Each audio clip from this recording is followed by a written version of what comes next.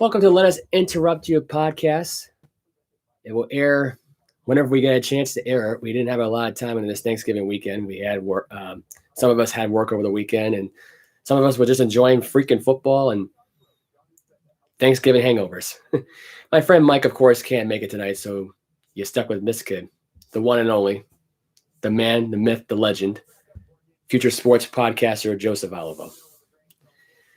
Lot to get into on this weekend for sports. This was a highlight, really weekend when it came to the sports communities. I'm just trying to get my thing set on here. I can't get two links open.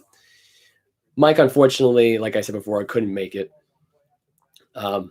He actually was busy working on a project that I was helping him out with earlier, and he had to help out his sister, and he had to go work out. So there was a lot of things he had to do, but didn't get a chance to do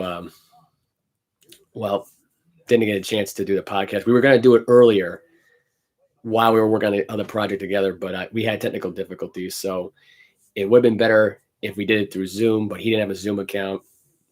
Long story short, it's just me tonight. So I'm going to give you the recap on the weekend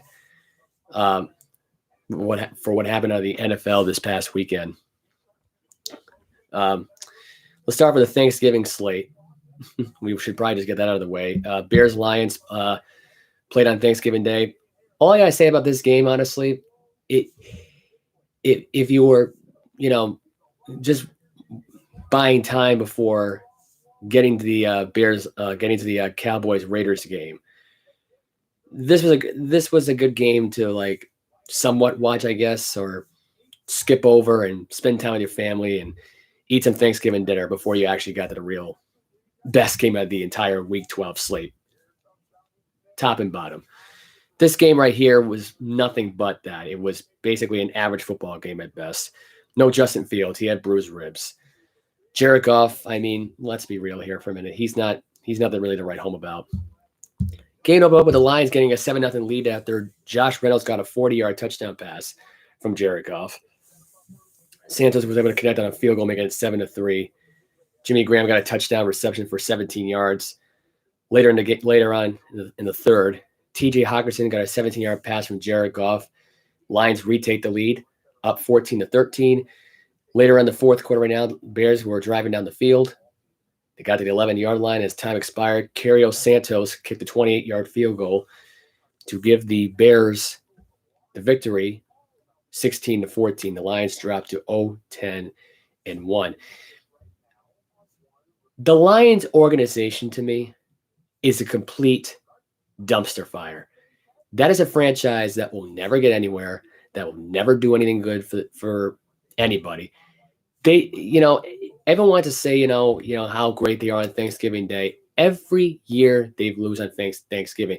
They've lost 5 straight Thanksgiving games. What can I say about this Lion team? They're absolutely terrible. They are the worst. They are the worst team in the NFC. They're the worst team in the NFL. They have a horrible game plan. And I think they did this on purpose because they knew they had a lot of first-round draft picks for a long time. And they gave up, and they didn't really give up much. They just got Jared Goff out of the whole thing. That's all they really did. They didn't give anything up for it. They just got Jared Goff. They got a bunch of first-round picks. And the Rams got, Matthew Stafford, who was playing at an MVP level. Now, granted, he hasn't played at that level for at least a few weeks now. And I said this from the beginning right now, that Matthew Stafford's turned into a pumpkin. I'll get more into that in a little bit after his disappointing weekend. And now we move on to the game of the year, in my opinion. And the Cowboys have had at least 2 of these this year.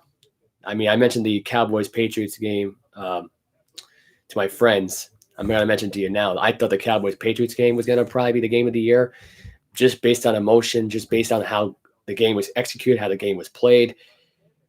This exceeded my expectations in a big way because I thought this was going to be another suck bag game.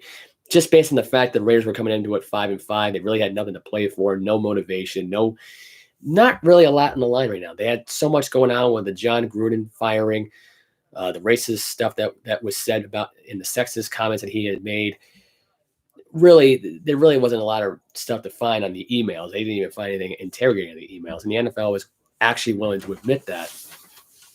And at the end of the day, when it really came down to it, and it's kind of sad, really, when you think about it, really, of how bad the Raiders really are, and how much every single time they try to get into some kind of momentum, they always blow it. You got the defensive back who's pulling out guns, and you got their wide receiver, Henry Ruggs III, who's going 156, killing somebody in the process and being in jail for the rest of their life. And Arnett, who's the defensive back who I just mentioned. I didn't really mention him by name, but I was trying to keep it private for him, but out of respect, but for his mental problems. But he pulled out a gun and on social media saying how he's going to threaten to kill somebody. Now he's off the team. 2 first-round draft picks being gone. But I guess in this case here, it didn't matter who they had in this game because Derek Carr was amazing. 24 for 39, 373 yards, 1 touchdown. Dak Prescott, 32 for 47, 375 yards, 2 touchdowns, no picks. The story of this game was Hunter Renfrow, though. You could say it was Derek Carr, but the story of this game was Hunter Renfrow. He went off in this game. He had 8 catches for 134 yards, no touchdowns. He wasn't that lucky he had a touchdown in this game, but the only touchdown that was thrown in this game was to the newly acquired from free agency, Deshaun Jackson, who was an LA Ram. Then he was cut, and now he's with the Raiders now at this point, who you could say in his first appearance where he coughed up the ball against the Chiefs, everyone was saying right now he had another bad moment in prime time because dating back to a long, long time ago where he thought he had a touchdown, he dropped the ball outside the end zone. People go back and watch that game. That was against the Dallas Cowboys. Ironically, he didn't have an okey doke here. What he did was he redeemed himself and caught a 56-yard touchdown pass in the first quarter of this game. Raiders were up 7-0. Sean McKinnon got a catch from Dak Prescott for 10 yards, made it 7-6. Zerline, of course, missed the extra point. Josh Jacobs had a 1-yard run into the end zone. This was still in the first quarter, leads up to 14-6. Second quarter, at the Raiders field goal, the Cowboys were driving down the field. Ezekiel Elliott was able to run it in for 1 yard. Later on in the third quarter, Raiders had the ball. Marcus Mariota gets a read option. He comes in for a play, 3-yard run, 24-13 Raiders. Next ensuing possession, well, honestly, it was more like just a lucky return for Tony Pollard. He had a 100-yard return for a touchdown off of a kickoff. No flags. Made 24-19. They failed to convert on a 2-point conversion. Later on in the game, right now, fourth quarter, 27-22. Raiders connect on a field goal. It's 30-22. Dalton Schultz was able to catch a touchdown, 32 yards from Dak Prescott. 2-point conversion, good. Game was tied at 30-30. Daniel Carlson later on kicked a 56-yard field goal for the Raiders. Raiders are up 33-30. Zerline kicked the field goal to extend it to overtime, tied it at 33. And thanks to a pass interference by Anthony Brown. By the way, Anthony Brown had 4 pass interference and penalties in this game. 4. And 3 offside calls. Carlson was able to get the setup there, 36-33. And there were some punches thrown at the end of all this by the Cowboys as the Cowboys drop another Thanksgiving game in overtime, 36-33. 28 penalties combined for both teams. 276 yards combined for the penalty yards.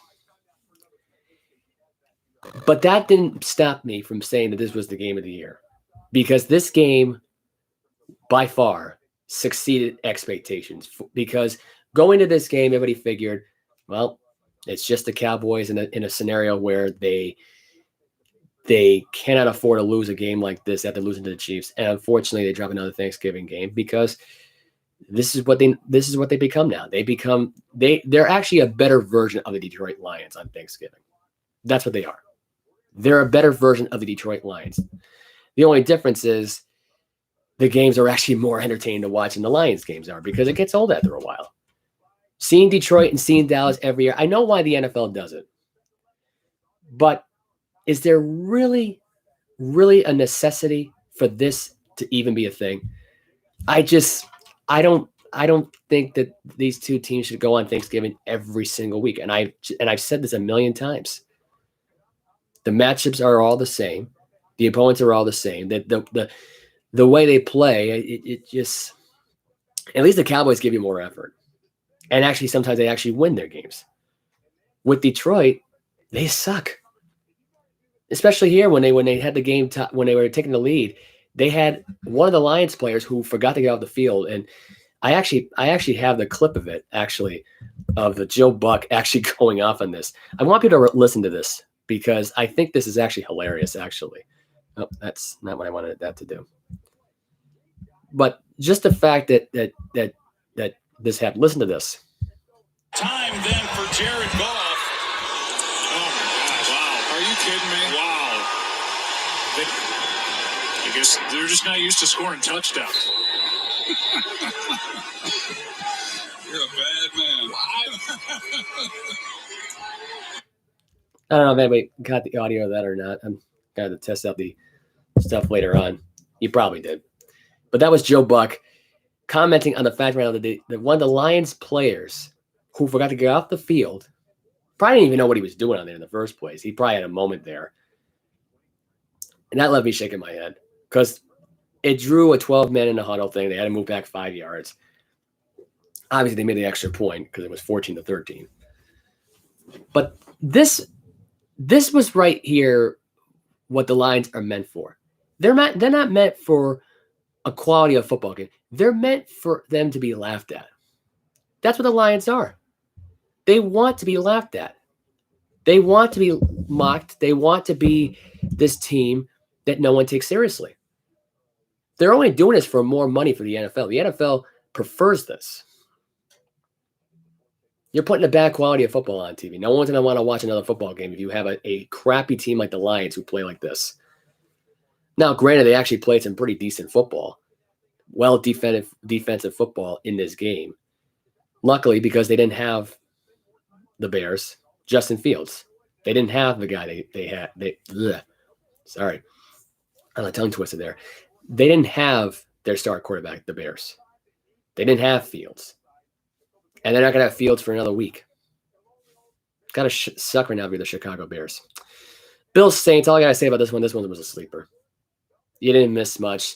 Josh Allen went up for 4 touchdowns, 2 interceptions, 260 yards. He had, and this was after a redeeming performance after they lost to the Indianapolis Colts by 26 at home. They came out, they were in a pissed off mood. They were angry. Dawson Knox went off in this game. Had 2 touchdown receptions. Diggs had a touchdown reception in this game. Well, let me give you the stats here for Dawson Knox in this game. 3 catches for 32 yards, 2 touchdowns. Stephon Diggs, 7 catches for 74 yards for a touchdown. 3 touchdowns in his last 2 games as the Bills destroyed the Saints. Saints got a touchdown pass from Nick Vannett. By the way, Trevor Siemian, 17 for 29, 163 yards, 1 touchdown, 1 pick. Devin Singletary had 15 carries for 44 yards for Buffalo. Jones Jr. for New Orleans had 27 yards on 16 carries. The Saints could not move the ball whatsoever. They couldn't move the ball. They could not move the ball at all. You know what's so sad about the Saints right now? They could have done a lot of things. They could have re-signed Cam Newton. They could have, not re-signed him because he's never been a New Orleans Saint. That's what the Carolina Panthers did. Unfortunately, I'll explain to you how his weekend turned out in a little bit. But they could have had, because they had the idea of signing him. They were going to sign him. They almost did sign him. And then they just ripped up the contract and said, nah, we're not going to bother. They could have went back on that idea, redo it again, and actually get Cam Newton to come to New Orleans. Because this Saint team would have been a lot better. Because right now he's stuck with a useless Carolina Panther team, who, by the way, Doesn't have Christian McCaffrey anymore. I'll get a little bit more into that one as well, of why they don't have Christian McCaffrey anymore. Injury-prone Christian McCaffrey, I may say. I think he's really only there now at this point just for the money. He knows this team sucks. And so does the Saints. Let me get into the 1 o'clock slate games. We start off with my New England Patriots, who are now in first place, by the way, of the AFC East with an 8-4 record after getting their 6th straight win against the Tennessee Titans. All I got to say, though, is that despite this win, it was a blowout win. I want people to remember this. This was a blowout win. But it wasn't really like the type of win that I feel good about, really, because for what the Titans have in that game, they should never be able to run 260-plus yards against us. And that's what they ran in this game. Or was it two? It was either 240 or 260. Was it between those two those numbers there? Tannehill threw for 93 yards. He had 1 touchdown, 1 pick. 1 pick was in the red zone by J.C. Jackson. Dontrell Hillard rushed for 131 yards on 12 carries for a touchdown. He had a 68-yard run before the end of the half. This was after Nick Folk missed field goal. Or I believe the Folk field goal was the Folk field goal before that or after that? I can't. It might have been. It might have been before that. Let me go back to that. No, I'm sorry. The Nick Folk missed field goal happened after that. So after that touchdown, I'm sorry. So that I made my first mistake of the night. Anyway, this game was not a good day for Tennessee. Tennessee just did not have their way. They had their first touchdown drive almost didn't even happen because the referees called him down when A, nobody touched him, and B, he already crossed the plane. In fact, half his body was across the plane by that point.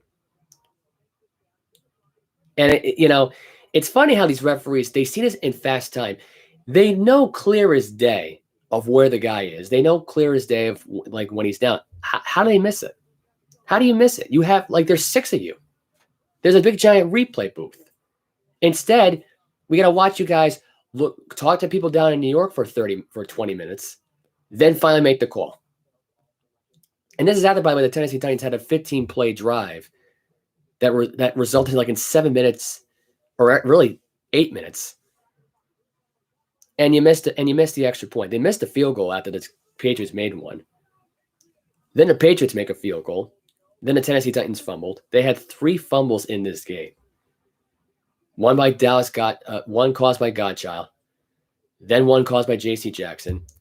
Then a combination fumble by Kyle Van Noy and Adrian Phillips towards the end of the game, which it didn't even matter at that point. That was the end of the game. And that actually led to the end of the game, really. They just – and that was in the possession before that, Tennessee tried to go for it on 4th down. They couldn't convert, and that's what led to the Damian Harris touchdown, which the Patriots won this game 36-13. This was a crazy, embarrassing football game to watch.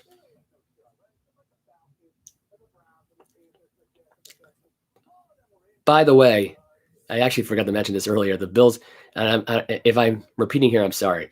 The Bills beat the Saints 31-6. I actually forgot to mention that. I just realized I didn't get the score for that game. So if people were actually watching this right now or listening to me talk right now, I actually completely forgot to give you that score. My apologies.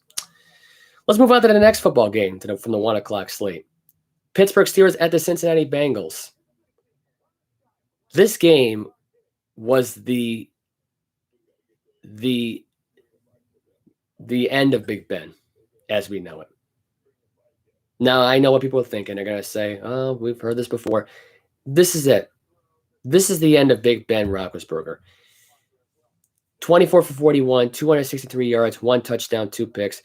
It was all about Joe Mixon, though. Joe Mixon had run for a career-high 165 yards and 2 touchdowns on 28 carries.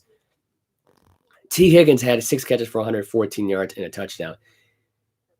This was the most embarrassing Pittsburgh Steelers game I've ever watched in my life. Embarrassing. They have no defense. They can't stop anybody. They can't stop the run. They can't stop the pass. They can't stop anything. You know it's bad when your former teammate, Mike Hilton, is picking you up and returning it for a pick six before the end of the half, and you're down 31-3. I just couldn't believe this game. I couldn't even, and I actually had Pittsburgh winning this game because I actually wanted to give Big Ben the benefit of the doubt. My cousin was telling me I was going nuts for actually thinking the Steelers were actually going to win this game. And sure enough, he was right. Now, I don't think he expected the Bengals to blow out the Steelers. I didn't expect that either. 41-10 was the final score of this game. This was the most embarrassing Pittsburgh Steelers game I ever watched. Mike Tomlin, worst head coach game I've ever seen him coach. As a franchise, and everyone's going to say, what about TJ Watt, the big bad TJ Watt? You want to know something? He's the softest one of them all, if you ask me. He's and people are going to look at me like and say that's kind of insulting. But, I mean, here's the thing. What did he do in this game? He had 2 tackles. He didn't tackle for anybody for a loss. He wasn't really a big presence. This might have been the worst game of his career. Then he had more worse games than this, but I can't recall a game that involved TJ Watt where he wasn't a presence in the backfield, where he didn't sack anybody, where he didn't deflect the pass, where he didn't go after the quarterback. Although he did have that little takedown with Joe Burrow, and where he threw that interception where it was deflected by Fitzpatrick. But again, I just look at this and I'm just like, can anybody explain to me how this played out? How all of a sudden this played out the way it did. When you have a team like this that is expected to go places, you've got to deliver. And really, I don't know if it's been since that tie game they had against the Lions that they've been off like this. I don't know. But this is worse than how they started the season out anyway. And they started the season 1-3. Since then, they've been 3-2-1. And the difference is the last 3 games they played, they've been 0-2-1. They had a tie with the winless Detroit Lions. Ugh. I don't even know if they would have had Big Ben in this game. They would have won that game, honestly. I don't think they would have. Let's go to the Buccaneers and Colts. I thought this was the second best game out of the entire weekend. This didn't top the Raiders-Cowboys Thanksgiving Spectacular, which I got to say, for a lot of games I have on a Thanksgiving slate, it's kind of rare that I ever find a game like that to consider game of the year, in my opinion, on the actual day itself. It's really hard. You don't really normally find it that way. But it really started out with Tom Brady in the Bucs with a 3-and-out. They couldn't do anything on offense to start the drive out. They had a crappy punt that ended up being the Colts setting up at the Bucs 32-yard line, which resulted into a field goal. Colts were up 3-0. Leonard Fournette had a 1-yard run in the end zone, his first touchdown today out of many that he had in this game, making it lead 7-3. Next possession for the Colts. Excuse me, this is after the Colts had punted previously.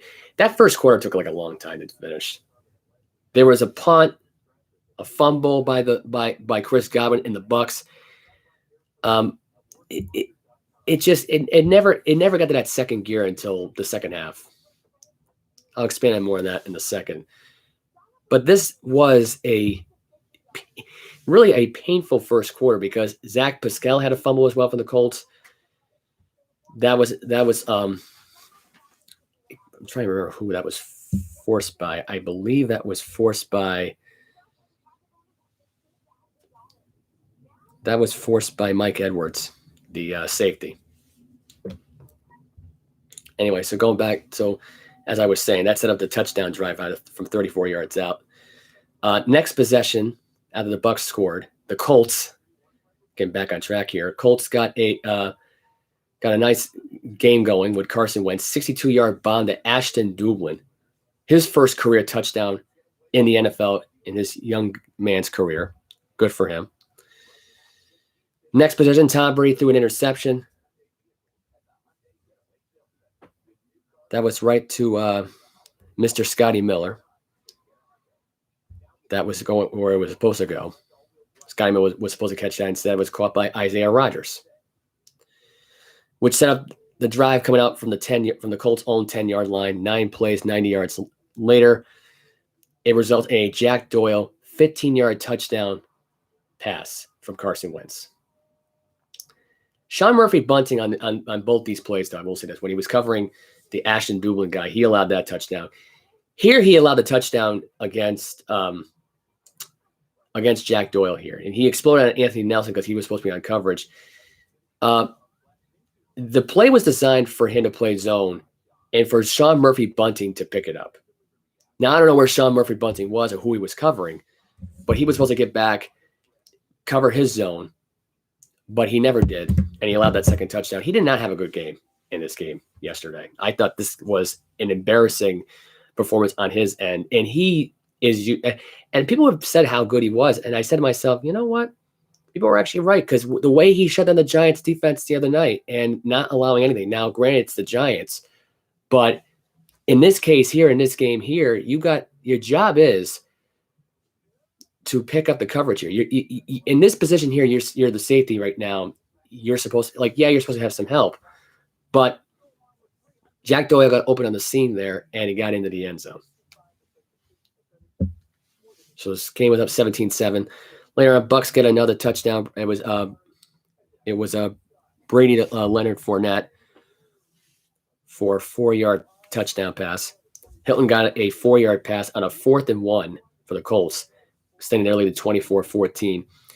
It all turned around because second half started. Colts got the ball. They're driving down the field. Shaquille Barrett forced a fumble, strip sack Carson Wentz, recovered his own fumble, led to another drive as the Buccaneers were driving down, past to Gronk, past to Cameron Brate, another pass to Gronk. And it went down the field. Leonard Fournette got a 4-yard run. They're up 24-21. Later on, Bucks back again in the red zone again. They got another touchdown run by Ronald Jones, and they get the lead for the first time. They're up 28-24. Jonathan Taylor gets a 4-yard run, ties the game to 31-31. With about 20 seconds left, the Buccaneers get a 28-yard run. They're up 38-31. Now, going back to the Wentz mistakes here in the second half here, he had an interception from Antoine Winfield. That was what set up the, I believe it was the touchdown drive that actually made it 28-24, which is what it was.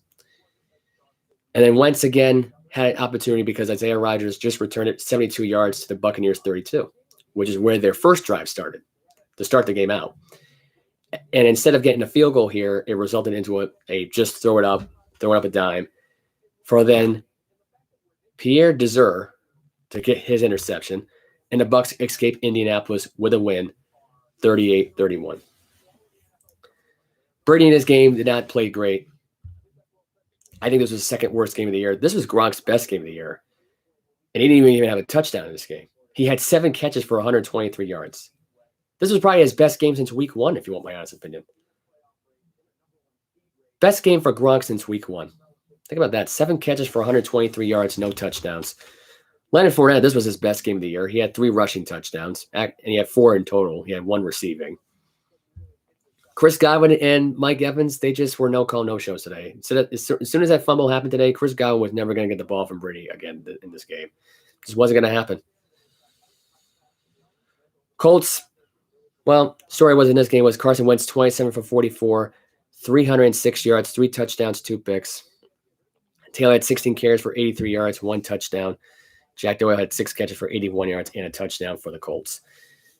The Colts played great in this game. I mean, I think this team's still a playoff team regardless of what their record is right now. They had to get through a lot of people. I know that. I just think it's going to be tough now at this point because if they lose, let's say they lose the next couple of weeks here to like the Raiders, the Cardinals,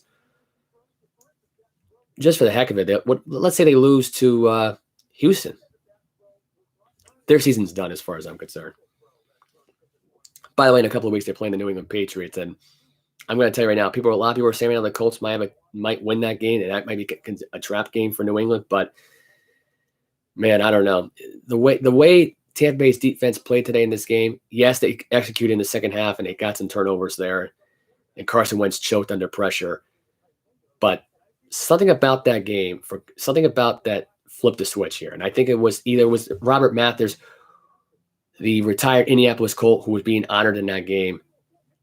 It must have motivated Shaquille Barrett, and it must have motivated Ndamukong Suh, because they woke up as soon as possible. They got their hands on Carson Wentz and they sacked him. Shaquille Barrett, he got his strip sack fumble. He was a presence in this game, and it may not feel like it, but he was. Levante David, when he caused a fumble on Zach Pascal here, that was not the momentum changer, but it was a start of something, because all it led to was really 4 turnovers overall by the Colts in this game. The Bucs, I believe, only had 1, or 2, which was the interception and the fumble. But the Bucs are still in first place in their division. They're 8-3, and I don't think anyone's going to catch them for that division. In fact, I think the NFC South has just turned to the AFC East with this, because I'm going to tell you right now, it's going to lead right to my next story here, which was the Carolina Panthers and the Miami Dolphins. Christian McCaffrey got injured on a running play. He only had 10 carries for 35 yards, hurt with an ankle, done for the season, and it ain't pretty. Because Cam Newton was 5 for 21, was benched, 92 yards, 2 picks. Panthers got a punt blocked. Dolphins destroyed them. And this game should have been a lot closer because of what was happening here. You got Cam Newton's first start. By the way, now they're 0-10 in his last 10 starts as a Panther. That goes to show you how bad Cam Newton's been. And this goes to show you of who they have for him, which is nobody. DJ Moore or Robbie Anderson, that's it. That's all you have. And that's still not enough. This team sucks. And I don't know if it's Matt Rule. I don't know if it's Joe Brady. I don't know what it is. We always hear about how Joe Brady is the offensive coordinator. He's always upstairs. He should be down there in the football field watching this stuff happen. Because it doesn't seem like that whatever Joe Brady calls happens. It's Matt Rule. Matt Rule, who is a dunce, in my opinion. A complete fraud of a head coach. A guy who really was just an afterthought when Baylor won their games. Everyone was saying how great he was in Baylor. I thought he was overrated in college football. Still think he is. He's just another chunkier version of Chip Kelly. That's all he is. So, by the way, as I get into this right now, review by saying this, the Dolphins crushed the Panthers today, 33-10. This was a massacre. From one bad game to another, Philadelphia Eagles taking the New York Giants. Michael Strahan was honored, getting his number 92 jersey retired. He has a little speech there, a little thing. I didn't get the audio of all of it. I was actually going to play what he said here, but I can't find the video right now. My phone's not loading up for it. All I got to say about this game was that Jalen Hurts was terrible. He got picked up 3 times in this game. He had I think this was the worst game he's had since he played against Tampa Bay. Now, granted, he almost won that game that night. It gave a lot of Buccaneer fans a scare. But I didn't think he played overall that great. And I thought here, he sucked. He was terrible. The only touchdown really to be talked about here was Chris Maya getting a 1-yard pass from Daniel Jones. Boston Scott got a 1-yard run. Gunnell got a field goal. That's the end of the game. And they try to go for it on 4th down. They turned it over on downs. The Eagles did. They lose 13-7. Falcons beat the Jaguars 21-14. It was really about Falcons taking advantage of the Jaguars' mistakes, which was not really a lot of them, but Lawrence had thrown a pick in this game. They also had a fumble in this game. They went for it on 4th down, and that was in the first quarter, and they failed to do so. And that's after the Falcons threw an interception. So they failed to do anything there. Jaguars had a punt, led to an Atlanta Falcon touchdown. This entire game, all it really came down to was the fact that that it was a Cordell Patterson show. He scored from 7 yards out. He scored from 12 yards out. Then Russell Gage got a 12-yard pass from Matt Ryan. Tavon also got a 7-yard pass from Trevor Lawrence. And Matthew Reich kicked a 34-yard field goal, but that didn't matter because the Jaguars are now 2-9, and the Urban Meyer era, that is going to come to an end soon. As the Falcons move to 5-6, they will play against the Buccaneers next week. They win 21-14. What more can you say? I mean, Trevor Lawrence just got a bad rep here because he's with Urban Meyer here. Now, he's got a bad rep right now as a quarterback right now in his first season. I would say right now he is better than Zach Wilson is. He's better than what people expect. Like, he's not like he's not the guy right now that's really fancy, throwing a lot of 500 yards, throwing it 90 times every game. But at this point, it's like this guy has only had one game this year, I believe this year, where he threw for 300 yards, or he might have had two of those games. And I just don't think for what they have of a team, and Marvin Jones Jr. at one point in this game had a 1-yard catch. So everyone was gasping about that. It was an amazing catch, I will say that. But, you know, when you only have Marvin Jones Jr. in this team and the rest of your team is just garbage, and you got one, I would say average, probably above average running back in James Robinson. I mean, this Jaguar team needs a lot of help. They have no offensive line. Their defense blows. They have no pass rush. There's no fear names. It's not a lot of big people to be feared of. We're not afraid of Jacksonville if you're a bunch of NFL fans. As a Patriot fan, I laugh at this team because it's pathetic. Really pathetic down there in Jacksonville. Stick with the AFC South right now as they take on the AFC East. Sorry. So it's the Jets versus the Texans. The Jets had to travel to Houston. I botched that one up completely. I was going to say, I almost said something completely wrong there. Anyway, Zach Wilson returning for the Jets after he was out for a good 5 weeks. I think he got worse. 145 yards and a pick in this game for Zach Wilson. Well, at least he did. I mean, in this game here, Trevor Lawrence did better. He actually threw for 228 yards and he got a touchdown to pick. He actually outplayed Matt Ryan. Matt Ryan only threw for 190 yards in this game against the Jaguars. Here in this case here, even though the Jets won and Trevor Lawrence lost, Zach Wilson didn't throw a touchdown in this game. As a matter of fact, here it was all about the shocking value here of the Jets defense in this game because they were down 14-3. Austin Walter got a 2-yard run, got the 2-point conversion. Zach Wilson got a 4-yard run, and they kicked another field goal here, and the Jets won. The Jets actually went into Houston and got the win. I was wrong about this game.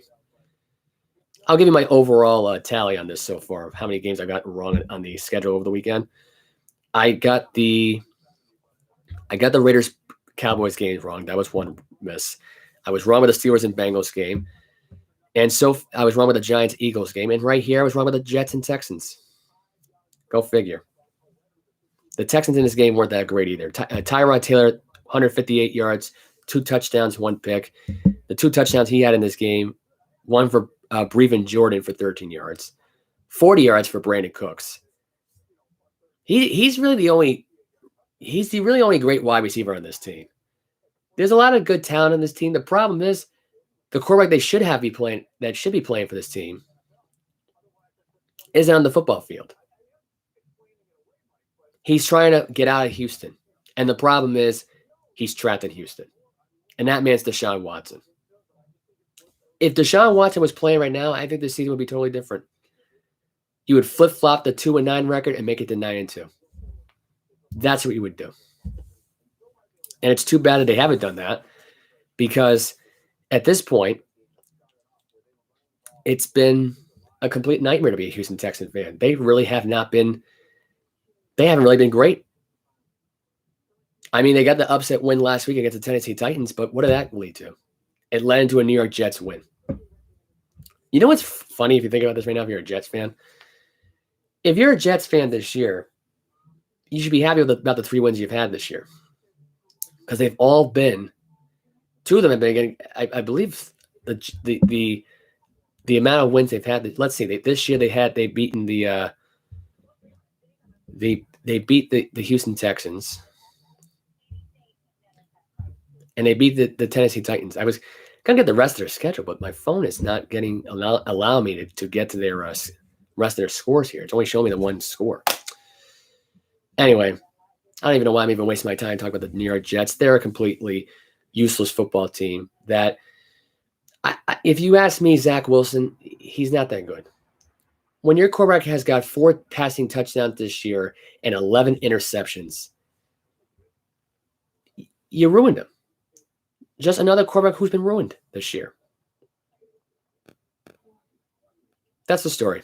That's the story with Zach Wilson and the New York Jets.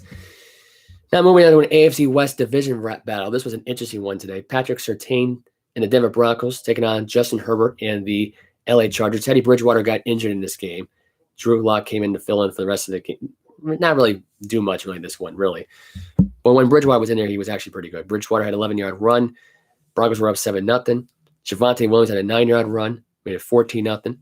Austin Eckler had a 12-yard touchdown pass from Justin Herbert. It was 14-7.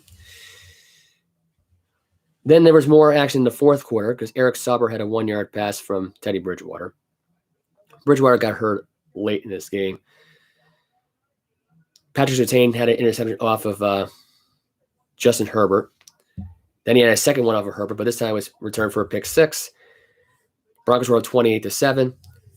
Then Jared Cook got a 16-yard pass. The Broncos ended up winning the game 28-13. This game was actually a pretty interesting game. The Broncos right now, to me, are a very interesting team because they're 6-5. They started the year 3-0. The last 8 games have been 3-5. And they've had some pretty impressive wins. I mean, they've had some pretty impressive, showings going forward. And it's crazy to think about, like, where most of these teams have gone. But it's insane because if you think about it right now, it's crazy because the Broncos have been a very, underrated team. Like, I don't think people have looked into them and said, yeah, they're going to be a dangerous team this year. They might head to the playoffs. They're not out of it yet. They're 6-5. Yeah, they lost to the Las Vegas Raiders. Yeah, right now they're currently in last place because of the tiebreaker. But if you think about it, really, shouldn't the Chargers be in last place right now at this point? I mean, I know they have 2 division wins this year. But let's be honest here for a minute. They really have not been that great, the Chargers. They're the same old Chargers. To me, the Broncos, they're showing me more. They're showing me more in this game. They're showing me a lot more than most teams would. And that's saying something. I got to give it to the Denver Broncos here. The Broncos right now, without Bradley Chubb. Oh, I'm sorry. Ooh, they have Bradley Chubb. I'm sorry. Without Von Miller, I thought this team would be good. I thought this team would be good on the offensive side of things. More of the focus would be on them, really. But their defense has been surprisingly better without Von Miller. Von Miller, by the way, who's 0-3 on his new team with the Rams, which the Rams and the Packers played. This was the 3rd best game of the weekend out of all the games that played. Anyway, so this game got started off with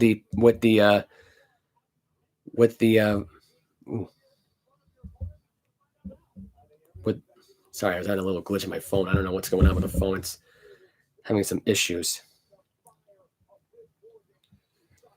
Packers start out the game at the Rams had a punt.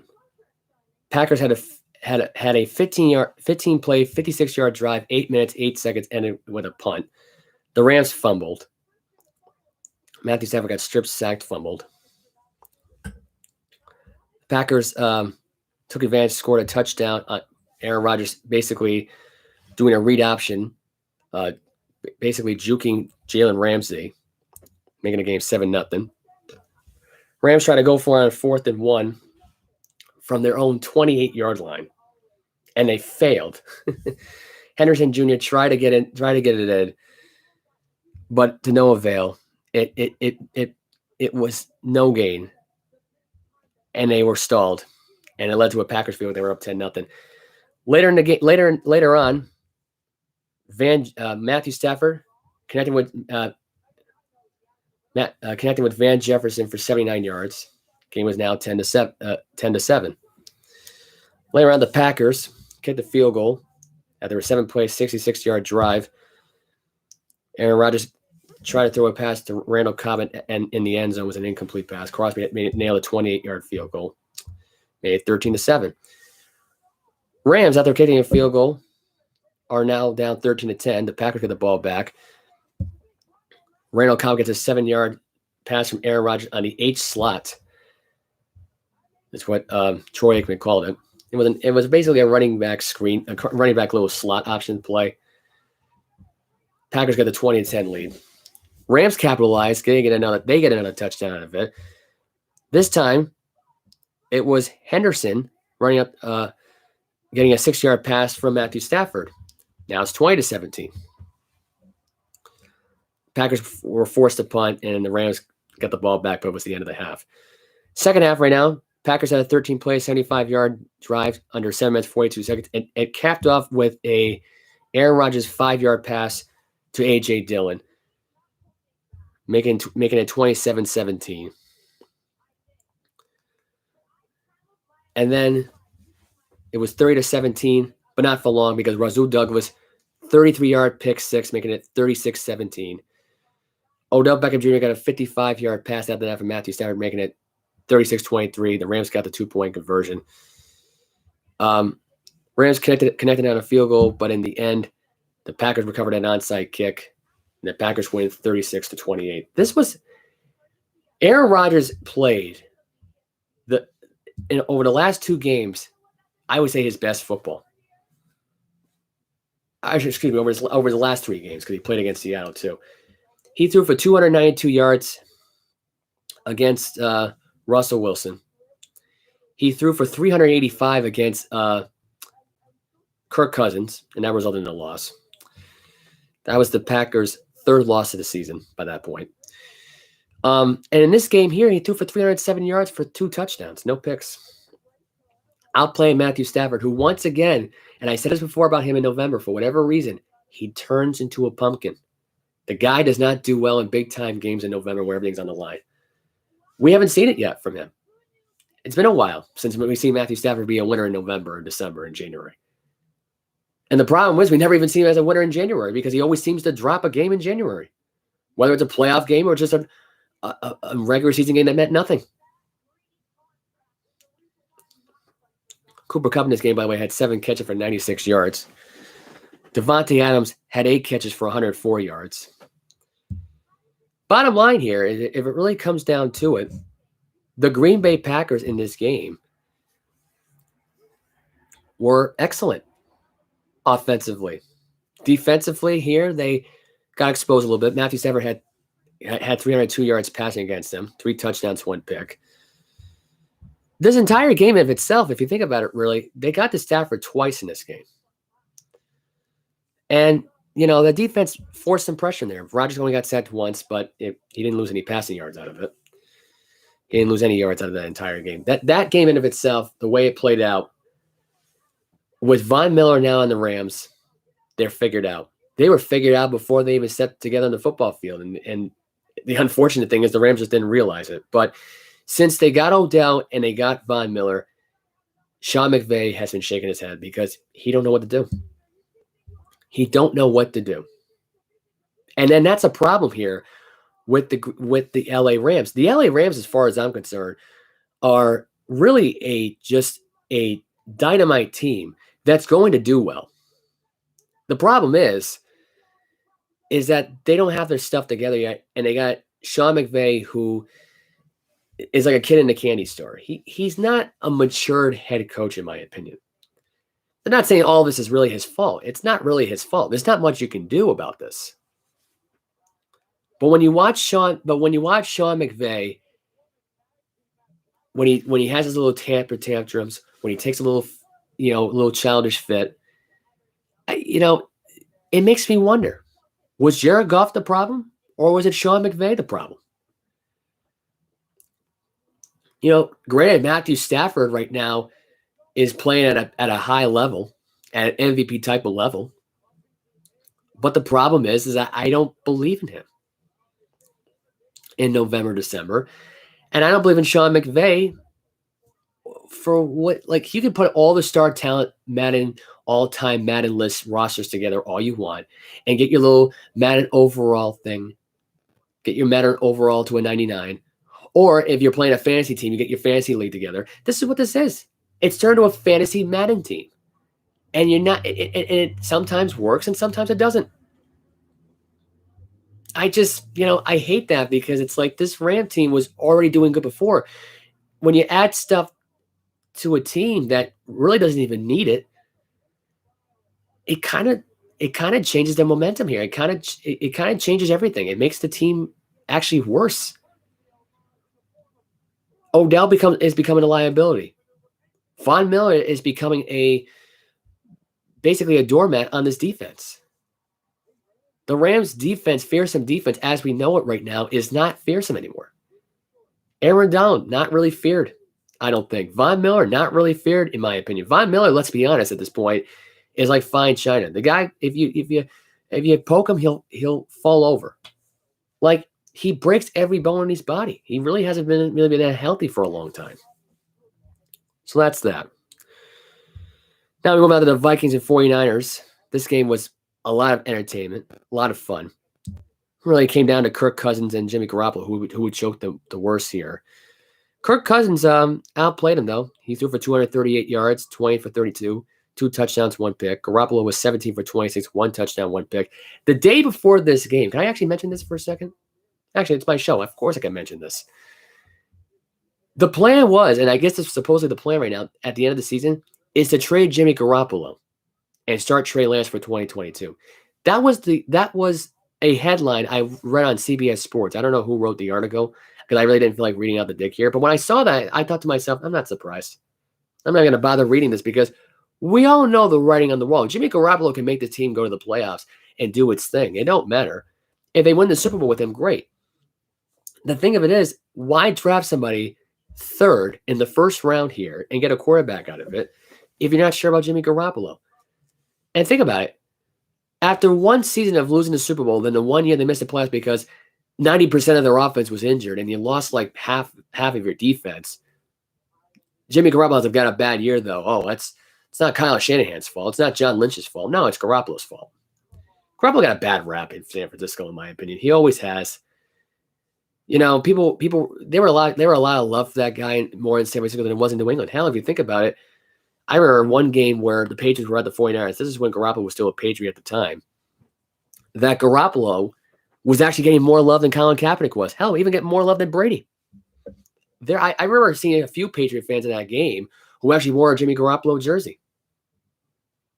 That's my opinion. I mean, that's what I saw. The Patriots that day won that game by a lot. They beat the 49ers at home.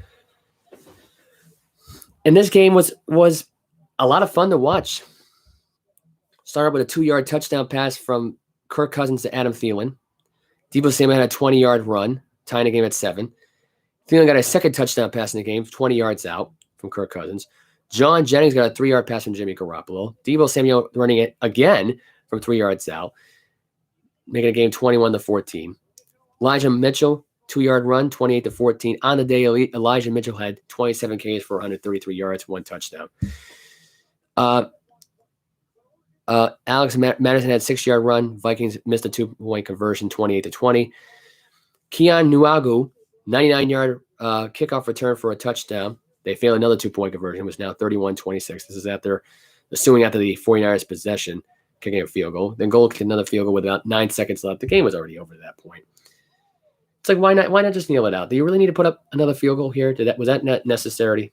Anyway, 49ers win 34-26. Ravens beat the Browns 16-10. All I can say about this game is that Lamar Jackson threw for 4 interceptions. You had Baker Mayfield, who went for 247 yards. Jarvis Landry tried to throw a pass. He got strip sacked, fumbled.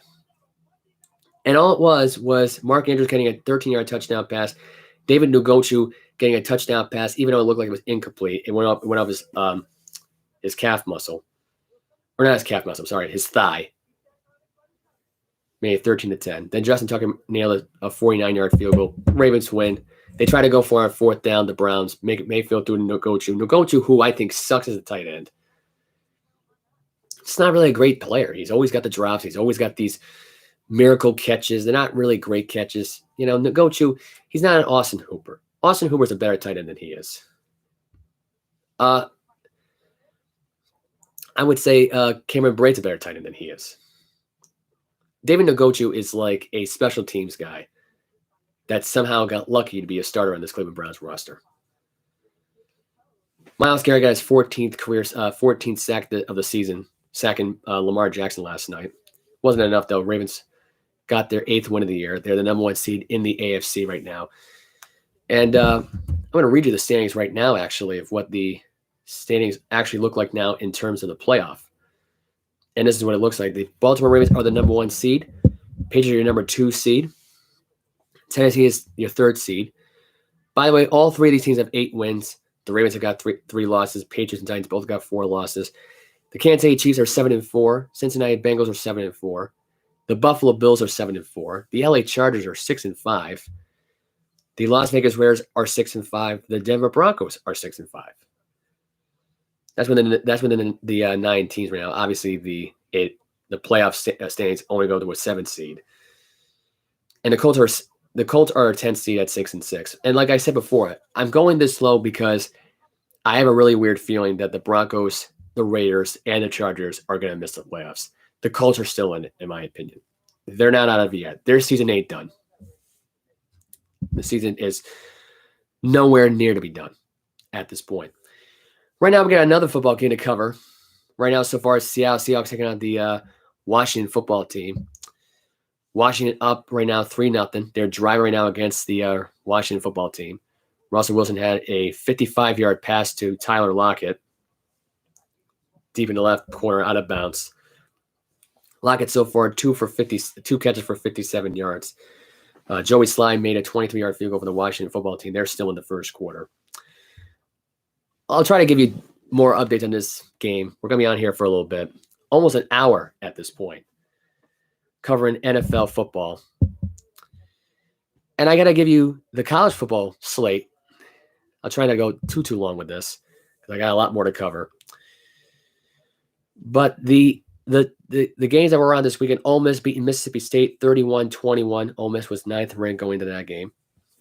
21 ranked San Diego State beating Boise State 27-16. 16th ranked Iowa taking on Nebraska. Iowa gets a win 28-21. Arkansas 25th ranked beating unranked Missouri 34-17. 4th ranked Cincinnati beating East Carolina 35-13.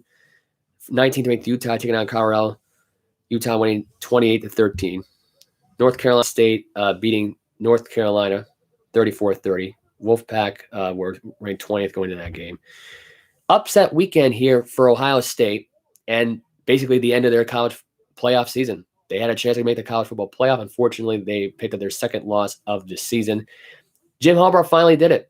0-5 against the Ohio State Buckeyes as a Michigan Wolverine head coach. Michigan gets a huge win thanks to Haskins. 28 carries for 169 yards, 5 touchdowns, and a huge win, 42-27. Michigan on their way to a college football playoff because apparently they're going to be ranked number 2, possibly, in by the college football committee. We won't find out that result till tomorrow. Clemson beating South Carolina. Clemson was 23rd ranked going into the game. South Carolina wasn't ranked. Clemson wins 30-0. They shut out the South Carolina Gamecocks. Here's the funny thing. DJ Diogula, I can never say this kid's name right. This was the guy that filled in for this was the guy's replacement for Trevor Lawrence. He only threw for 99 yards in this game. He didn't even get a touchdown pass in this game. Hey, I can tell you're a fan. Lucky for you, nothing keeps you connected like AT&T 5G. I don't know what the heck that was. That was just a random app that just went off my phone there. I don't know. Oh, we're getting some breaking news right out of the gate here. Brian Kelly walking away from the Notre Dame Fighting Irish at the end of the year because, and this is a shocker, he's going to be the next LSU Tiger head coach. That is a shock. And this is the day after Lincoln Riley left Oklahoma to take the USC job. He was accepted tonight in the press conference. This is a huge move at this point. This is according to ESPN's Adam Rintberg, confirming the Yahoo source. He was able to cover it. He got it from a Yahoo source, Yahoo Sports reporting on it. Brian Kelly, age 60, has been the Notre Dame Fighting Irish head coach for 12 years. And now he will be the LSU Tiger head coach. I like this because now you're gonna start to see more Brian Kelly versus Nick Saban in the near future. Because Nick Saban will be the head coach there until 2028 in Alabama. And Brian Kelly will probably be the head coach there until 2028 as well. I can't see Brian Kelly coaching for a long period of time. I mean, maybe he'll coach in his 80s. Maybe he'll be there for 20 years. Who knows? Maybe Saban and them will both be there in their 80s. I don't know. But this is a fun story. I like hearing stories like this. It's too bad for Notre Dame now because the question is that, well, who the hell is going to be the next Notre Dame head coach? You know, you got to ask yourself that question. Who is the next person that's going to be the head coach for the Notre Dame Fighting Irish? It's interesting. We'll see what goes on here, but I have a really funny feeling about who's going to be the next Notre Dame head coach. I will get more in on that detail in just a moment. But I will get on I will just get through these scores quickly. Notre Dame Fighting Irish practically having Brian Kelly coach his last game for the Fighting Irish. They won 45-14. Georgia beat Georgia Tech 45-0. Baylor beat Texas Tech. Number 8 ranked. I should say Georgia was ranked number 1. They won 45-0. For those of you who don't know, I am covering top 25 ranked teams. I'm not going to go in the unranked opponents. So you're going to get this real quick here. Wake Forest, number 18th ranked. Wake Forest beating Boston College 41-10. Houston 24th ranked beating UConn 45-17. North Texas getting the upset win over University of San Antonio 45-23. Alabama in 4 overtimes. Yes, in 4 overtimes it took to beat an unranked Auburn team 24-22. They were down 10-3 late in the fourth quarter. Bryce Young brought him back. He threw for 317 yards, 2 touchdowns, 1 pick. Mitchie the third, got 13 catches for 150 yards, no touchdowns for him. It was all about Bryce Young in this game, throwing it to anybody at this point that would catch it. Anyway, Oregon beating 11th ranked Oregon beating Oregon State 38-29. Michigan State 12th ranked beating Penn State 30-27. And yes, Michigan State was ranked 12th. Penn State was not ranked 12th, so sorry for confusing anybody if I did. Wisconsin 14th ranked Wisconsin, losing to Minnesota 23-13. Texas A&M 15th ranked, losing to LSU and at Oregon's last head coach game for the LSU Tigers 27-24. Oklahoma State 7th ranked Oklahoma State to be exact, beating 10th ranked Oklahoma 37-33. 17th ranked Pittsburgh beating Syracuse 31-14, and BYU 13th ranked BYU beating USC 35-31. This right here is a conclusion for the college football regular season weekend. Now, I'm going to talk about the Week 14 slate because it is championship week. Starting this Friday, it's the Ryan Conference USA Championship. Western Kentucky taking on University of San Antonio. I believe they've already dropped down to 25th ranked, according to some reports. Western Kentucky, believe it or not, is 1-point favorite over a ranked 25th University of San Antonio team. I'm not going to give you my picks this week. I'm going to try to give you that sometime on social media. Maybe we'll have another episode. Remember, you never know when I'm going to do these shows. You got to stay in tune here. I will let the public know when I do these episodes. We don't really have a set time yet of like what day we're doing these shows. We're just doing it, on the fly here because of our busy schedules. 11th ranked Oregon taking on 19th ranked Utah, a rematch from the Week 11 matchup they had. Utah's the 3-point favorite here in that game. Should be a very interesting rematch. Big 12 championship, Dr. Pepper. Big 12 championship. 8th ranked Baylor taking on 7th ranked Oklahoma State. Mountain West Championship game, you have Utah State taking on 21 ranked San Diego State. And number 1 ranked Georgia Bulldogs taking on number 3 Alabama Crimson Tide. And Georgia is favored in this game by 6.5 points. The first time that Alabama has been an underdog since 2015. That is huge to hear. That has never happened before. And according to a matchup predictor on ESPN, and this is according to the Power Index here on ESPN, Georgia has a 66.5% chance in winning this game. That's huge. Because I'm thinking the opposite when it comes to this game. I'm thinking the opposite here when it comes to any of these games, really. This right here, in of itself, and I think this is the interesting theory here I'm going to get to here, is that right now, depending on what happens in the Big 12 championship game, if Georgia loses, I think Alabama becomes your number 1 ranked team. I think that's what's going to end up happening here. I think Alabama wins this game. Georgia is good. There's no doubt about it. I just can't see how. And think about it. If Alabama just went off and lost their second game, let's just say they did that. They went 10-2. They still won the SEC West. They lost that game to Auburn. Let's just say that happened. It didn't, but let's just say that it did. I think Alabama would have lost. This would be the legit reason of why they'd be 6-point underdogs here. I don't see why they are 6-point underdogs here. They came back and forced 4 overtimes in the Iron Bowl against the Auburn Tigers, one of the biggest college football rivalries there are, other than Notre Dame and USC and Ohio State and Michigan. This is one of them. Even bigger than LSU and Alabama when they go at it every year. Alabama, right now, should not be an underdog going into this game. I know their defense is not that great this year. I know Georgia's got a better defense this year. Hell, if you think about it this year, Georgia's had an overall great defense this year. A lot better than the Nick Saban defense, and that's surprising. That's surprising. But this right here is a complete shocker to me, because out of all the things that really were just shocking was how long this game took. It was 4 overtimes, and it wasn't a great game. It wasn't like a blowaway game. This game was a complete shocker to some people. The fact that Bryce Young brought this team back, I lost hope in this kid. I mean, I wanted Alabama to lose the game. Don't get me wrong. I hate the Alabama Crimson Tide. I do. I just think that that in this game here, Alabama should beat the Georgia Bulldogs here. They've beaten them before. This Bennett guy doesn't do well against big-time, tough opponents. He hasn't been able to find a way to do it, and that's just all there is to it. Now people are going to ask me, like, why in this case here am I rooting for Alabama then in this game? Because I hate Georgia. If the Florida Gators can't get by them, I don't want the Alabama Crimson Tide to let them get by them.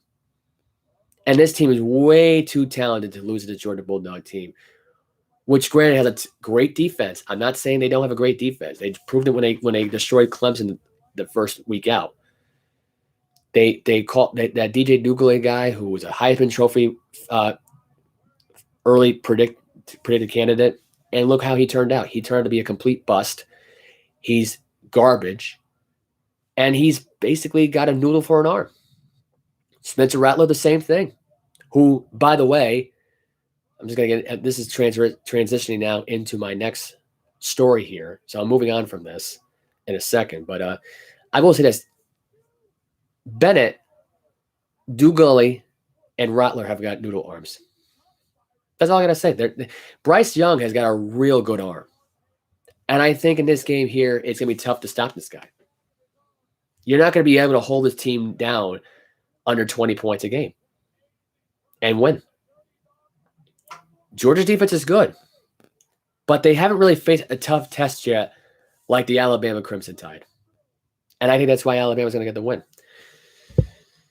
Now, I'm only going to predict this one game here. I gave you a spoiler for my first prediction, but I will give you a prediction along with my friend Mike, who will be on the show later on this week if we're going to do another one this week. I'll try to get him to do the next episode. So, That's my giveaway to that pick. Anyway, some more news in the college football world besides the shocking development with Brian Kelly. Let me just continue with this story. Actually, let me recap back into this story. Brian Kelly, who is now becoming the next head coach now for the LSU Tigers. This is a very interesting story. He passed Nante Roraki for the most victories in Notre Dame school history. That was one of the legendary head coaches for Notre Dame. I think I might have just botched the name just now. If I did, I apologize. This man was around for the 2013 BCS championship game when he had Manti Te'o. Everybody remembers that story where he pretended to have a fake girlfriend, where he pretended his girlfriend died, and it was to get attention on Sports Illustrated. We all remember that story. They were in the college football playoff during the 2018-2020 college football season. This past season here, they were ranked number 6. They were 11-1 going into the college football playoff. They lost to Cincinnati. In Cincinnati right now, I think is ranked, 3rd, I believe, in the college football ranking. So who knows? Maybe we'll get to see that rematch sometime soon. Maybe Michigan will be number 2 ranked. I mean, I don't know. Maybe Georgia will be out of the college football playoff. Maybe Alabama will be out of it. I should really be going for Georgia to win this game here against Alabama, but I won't. Because I don't think Georgia's going to beat them. In the 2 seasons since he went 11-11, was accused of improperly handling an allegation of sexual misconduct by a player twice in the past year. That was the oh wow, I'm reading. I missed a total thing here. Ed Oregon was accused of that, not Brian Kelly. Sorry. I'm just reading on this article, and I actually just screwed up the coach here. But Ed Oregon was forced to step down because of the allegation that happened in LSU, which was sexual misconduct.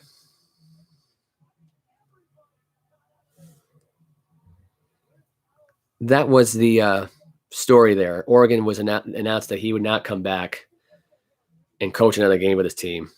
In fact, this was the last game he would coach this season where Texas A&M lost that game to LSU.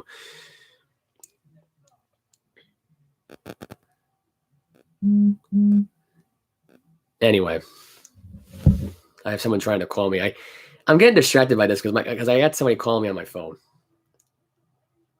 Now,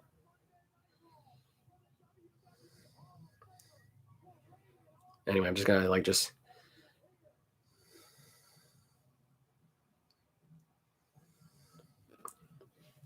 sorry about that. I just had to stop that from happening. There was somebody my dad was trying to call me. He actually doesn't even know I'm doing a podcast.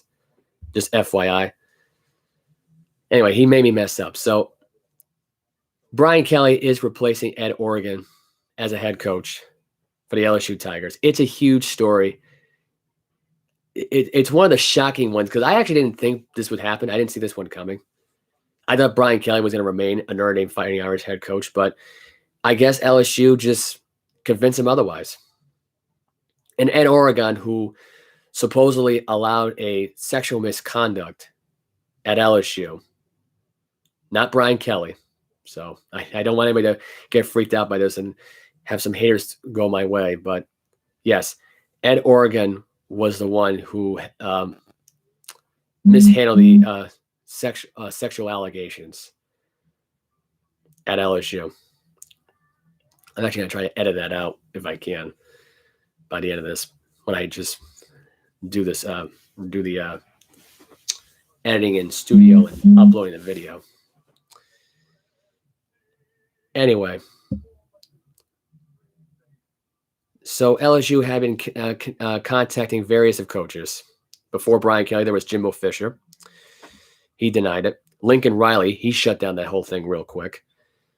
And really the only one that was left right now was Brian Kelly, who served as a head coach for Grand Valley State from 91 to 2003, Central Michigan from 2004 to 2006, and Cincinnati to 2006 and 2009. So that's good because now he's got another team on his resume now. Now he goes from the independent FBS to the SEC. So congrats again to Brian Kelly. At this point now, I hate the LSU Tigers. So I don't want to wish him bad things down there in LSU. I don't want to wish the team. I don't want to wish him to have a losing season and get fired. But I just, but at the same time, I'm going to become a fan of this team because I want to see him do well. I want to see him actually beat Nick Saban in the Alabama Crimson Tide. I really do. I really do. Next story, preseason favorite, Heisman Trophy winner, preseason season favorite, no longer. Actually lost his starting job, really, to Caleb Williams, who's becoming a bigger favorite now for the Heisman Trophy winner. Former starter, now backup, Spencer Rattler, no longer a backup for Oklahoma, but possibly will be the starter for next year for the USC Trojans because he's being transferred to USC as a possibility. A lot of people are saying right now that would be a possibility if things were to work out. Spencer Rattler being transferred now to his former coach at Oklahoma, not possibly to his new coach at USC, possibly could be entering at USC. I kind of have a feeling it's going to happen, but I don't think it's going to happen. Lincoln Riley, who was just announced today as a new USC head coach today, he had his press conference. He was getting all emotional. I honestly, to me, it's a lot because this guy did a lot for the Oklahoma Sooners. Made a college football playoff every year. Won the Big 12 every year. Like this team was very interesting to watch. Was very telling on how this was going to watch. He thanked Sooner Nation. He said today, Sooner Nation, thank you for allowing me to be a student athlete. And this was actually Spencer Rattler, by the way, quoting this. Not although that could have been Lincoln Riley too, saying that too, allowing him to be the head coach of this team and not actually being a player. But this is what Spencer Rattler had to say. He's saying, Sooner Nation, thank you for allowing me to be a student athlete at this prestigious institution. We won several games together and made memories that I will cherish forever. Thank you again, Oklahoma. I will miss you. That was a quote from quarterback Spencer Rattler. This is a report by ESPN staff writer Dave Wilson. Lincoln Riley, I think, should convince Spencer Rattler to come down here. If it wasn't for Spencer Rattler, you could argue he could have been the guy that really could have won a Heisman Trophy that year. I think he should prove himself in a Pac-12. I think he should be competitive in the Pac-12. Now, are they going to win the Pac-12 title game every year? I don't know. It's only a matter of time. Time will tell when we find out when it happens. I mean, to me, I think Spencer Rattler goes to USC with Lincoln Riley as the head coach. It hasn't happened yet, but I have a really funny feeling it's going to. Because this kid is way too talented to be playing for a different university that is not as good. You put him back on there with Lincoln Riley. You try to get in a different conference. To me, it works out in their favor. It makes sense. It really does make a lot of sense. This is a guy that almost went to the national championship game a couple of years ago. I mean, this team rallied around Spencer Rattler and Lincoln Riley. Lincoln Riley, who almost left for the Dallas Cowboy job, he shut that down. He shut down the LSU job, and now he's coaching now for the USC Trojans. While Spencer Rattler right now is trying to get the heck out of his way out of Oklahoma because he knows he just lost his starting job to a freshman, Caleb Williams. And he's not going to be the guy that just sits back for the next 3 or 4 years and watches this kid win Heisman Trophy after Heisman Trophy. I'm going to tell you this right now. My early prediction for next year's college football season, Spencer Rattler will be a Heisman Trophy candidate along with Caleb Williams in Oklahoma. Spencer Rattler will be the guy that goes with Lincoln Riley. And I think, and you want my honest opinion? Caleb Williams is going to have a rough time in Oklahoma trying to compete without Lincoln Riley by his side. Because that was his earpiece. Spencer Rattler was also his earpiece because he helped the young freshman out. To me, that's my opinion. Spencer Rattler and Lincoln Riley were the keys to help that kid be successful. And now the first game out without him there, And without Rattler being there, because neither one of them, I believe, were at the game Saturday night when they played against Baylor. I'm sorry, when they played against Oklahoma State. Sorry, not Baylor. He was even worse in the Baylor game. But you get my point, though.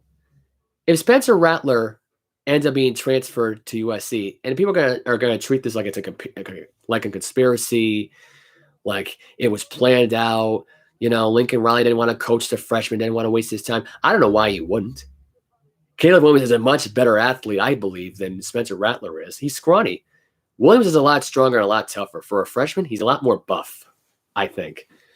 So to me, and he's got a better arm, and he's got better legs. I think Spencer Rattler is more scrawny.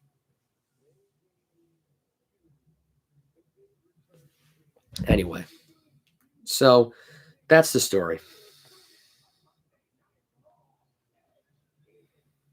Anyway, more college football news today. Fresno State has found excuse me. Let me try that again.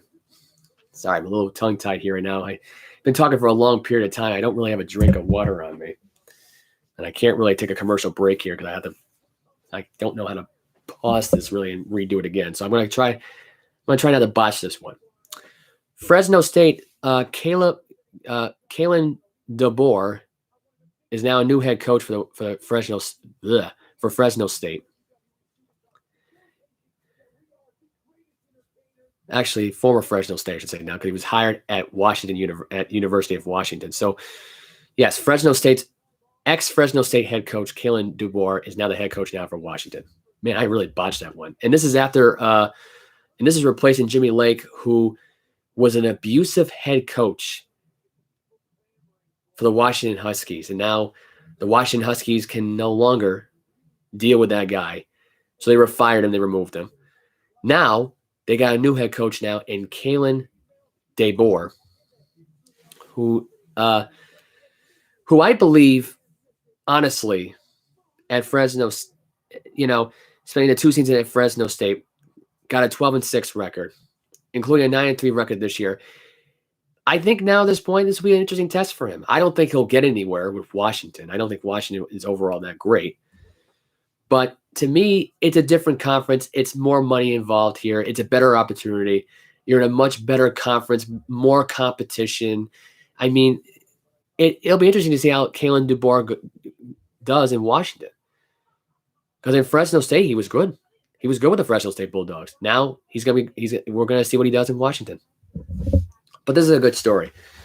This is a very good story right now for him. DeBoer was named the NAIA National Coach of the Year 3 times during his 5-year run for the University of Sigfox in South Dakota, where he had a 67-3 record.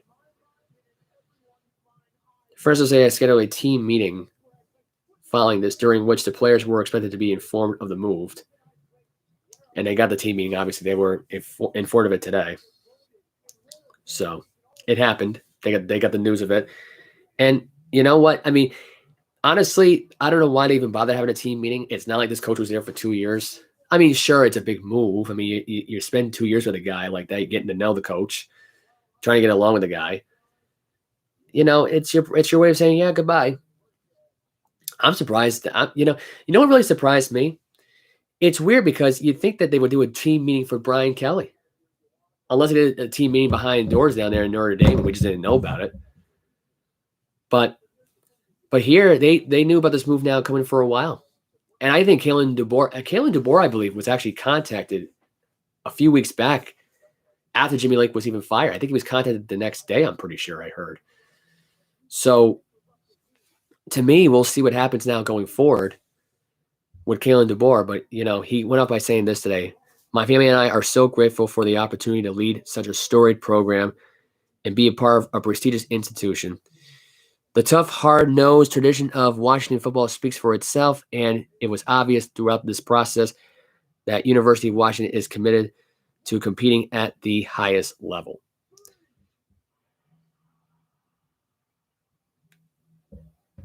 Anyway, more news today right now. We got some more transfers today. Running back Jamar Gibbs enters a football transfer portal after breakout season at Georgia Tech. He's going to be going places. 5-star recruit running back Zach Evans to transfer from the TCU Horned Frogs, so he'll no longer be a TCU player. And SMU Mustangs hire Miami Hurricanes offensive coordinator Rhett Lashley as their new head coach. So very interesting turn of events. There's a coaching carousel going in the college football world, and they didn't even get into the championship weekend yet. So as of right now, that is the news that is broken out right now. I want to get into some baseball stories because we had an interesting news day today in baseball. A lot of big signees. I'm going to start off with the biggest one of the day, the shocking one of the day, is the Texas Rangers. They signed shortstop Corey Seager to a 10-year, $325 million deal. Corey Seager, by the way, who won a World Series championship back in 2020 with the Los Angeles Dodgers. Now, a big guy out west now in the big D in Dallas, Texas. Well, Arlington, Texas, technically. They're not in Dallas, but we'll probably see him a lot in Dallas Cowboy games now in the near future in Texas. Getting a big time contract right now. This is a report today. It was made out today by Jeff Passan today. That is the biggest deal Texas Rangers could have ever produced. $325 million this guy is getting. I mean, to me, Corey Seager is not like he is amongst if up and coming elite talent.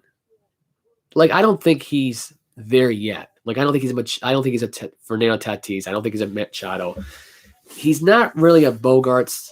I don't think. I mean, to me, there's a lot to be desired. But now with this contract now, everyone's going to say now because of the contract now, he's part of that elite class. He's there. He's got a championship win. We'll give him the credit where credit is due.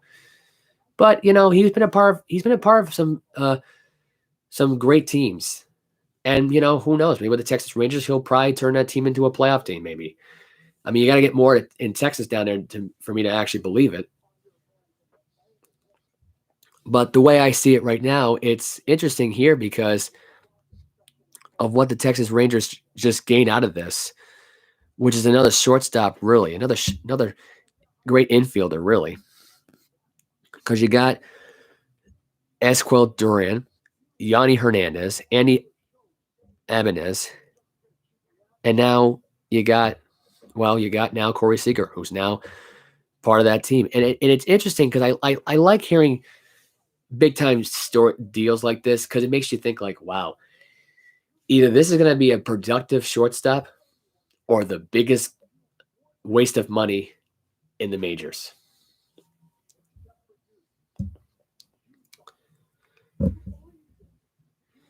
The Dodgers are getting close to a deal right now with reliever Daniel Hudson. Sources say right now he's possibly going to get a 1-year deal. But that's pretty much that concluded that ordeal right now. The reasoning of right now of this story, which is Max Scherzer. Yes, that's right. Max Scherzer, no longer a Dodger. What was a free agent, not a free agent anymore, is now a New York Met for 3 years, $140 million, $43.333 million per year.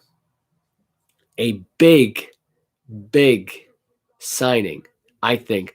The most out of any starting pitcher. I think Garrett Cole previously had that record. I think it was at $130 million, I believe. I don't really have the numbers in front of me. But the Mets, I think, have got their ace starting pitcher. This guy's going to be around for a few years. It's going to make the Mets competitive. They already signed Sterling Marte the other day. So it makes this story a hell of a lot more interesting because of what the Mets built up in this whole thing. Because the Mets right now have got some key pieces now. They do. They've got some key pieces now at this point. They got Max Scherzer. They got now Starling Marte, Eduardo Escobar. This team is starting to come together. Starling Marte, by the way, got a 4-year deal with the Mets. Eduardo Escobar has been signed to a deal. We don't know what the terms of that deal yet. That was per John Heyman. The Marte signing was also by John Heyman. The Mariners reportedly got a trade from the Padres, getting Adam Frazier. Marcus Semien has been signed by the Texas Rangers, another infielder. Byron Buxton getting a 7-year extension with the Twins. This happened. These deals happened yesterday, by the way. And Robbie Ray signing a 5-year deal with the Mariners. 2021 AL Cy Young Award winner. Now a Seattle Mariner. This has been within the last 24 hours. We've gotten some big deals like this. This right here was a good one. Kevin Guzman, now with the Toronto Blue Jays, agreeing to a 5-year deal. That was poor John Morrissey. This is part of the MLB.com writers that made this report. A few days ago, Steven Matz signed a 4-year deal with the St. Louis Cardinals. That was another big signing in baseball so far. So a lot of big names being signed as soon as possible here with the MLB lockout looming. They had to come up with a deal within the next 2 days, and just in order for the lockout not to happen. And I think the lockout's going to happen for a variety of reasons, because here in this case here, you got the big signings in already at this point. They're set, they're sealed, they're delivered. The contracts they've already signed. They're part of the team. They get it out of the way. To me, it comes down to the MLB, BPA, the players' associations, and the players itself, the managers and all that, the owners. They've all got to come to an agreement. In this case here, they won't. I don't think that the entire season is a complete wash here. But, I mean, you get a lockout. You get done where there's nothing going on between December and January. And then when February comes, after, during whether the Super Bowl is going on in the NFL or not, you come to some kind of agreement and you get somewhere. Now, as far as who's won free agency so far, if I had to say right now who's won it so far, who's been the big winner so far in this whole thing, I would say right now it's really, if I gotta be honest about who really has won it here so far, it's really the New York Mets, in my opinion. They got Sterling Marte, they got Edward Escobar. They still have some players on this roster that are really worth looking into. I mean, right now they're on the right track. They're trying to recover. They just lost Noah Syndergaard. They replaced him with Max Scherzer. They got Jacob deGrom back. To me, it's an interesting story because their roster right now has got the following right now as far as pitchers goes. They have deGrom. They have David Peterson. They have Max Scherzer now, newly acquired Max Scherzer via free agency. You got Pito Alonso right now. You got Sterling Marte, Edward Escobar. You got McNeil. You got Vientos. You got J.D. Davis. I mean, the hittings, the players they have on this team that can hit. These are guys that can hit. They got Francisco Lindor. I mean, they've got a very talented New York Met team. Great hitters, great pitchers as far as I'm concerned. The Mets won it as far as I'm concerned. Francisco Lindor at this point is still on this baseball team. He ain't going nowhere. I mean, I don't think he would go. Why would he go anywhere now at this point? He's locked in for a long time. He ain't going nowhere. Pete Alonso is the face of their franchise at this point. And you got some great pitching. The bullpen is a little bit in doubt, but I just think that over time it's going to improve, and they're going to get the players they want to get here. They're going to get the talent they're going to get. Right now, we'll see what happens down the road next season. But so far as the talent they have on this team, the New York Mets won it, in my opinion. The New York Mets won free agency at this point. So to me, it's interesting because it really puts things in a little bit more perspective right now at this point of how this is gonna play out at this point. There's some sources right now talking about some playoff pitching right now, expanding the playoffs right now. draft lottery proposals in a CBA negotiations. This is part of the trying to expand the playoffs. Foreign would call for 14 teams, 7 from each league, to make the current playoff, to make the 4 more than the current playoff in the postseason. Teams with the best record in each league would get a bye in the best of the 5 division series. I say go for it. You want to make this like the NFL? Go for it. Make it want to have teams with the best record have bye weeks. I think they should have bye weeks. They should be forced to play again right away. Although, granted, they have bye weeks now if they're the number 1 seed. I think the teams with the best records in their conference should get the bye weeks. No question about it. I like this proposal, by the way. And a team...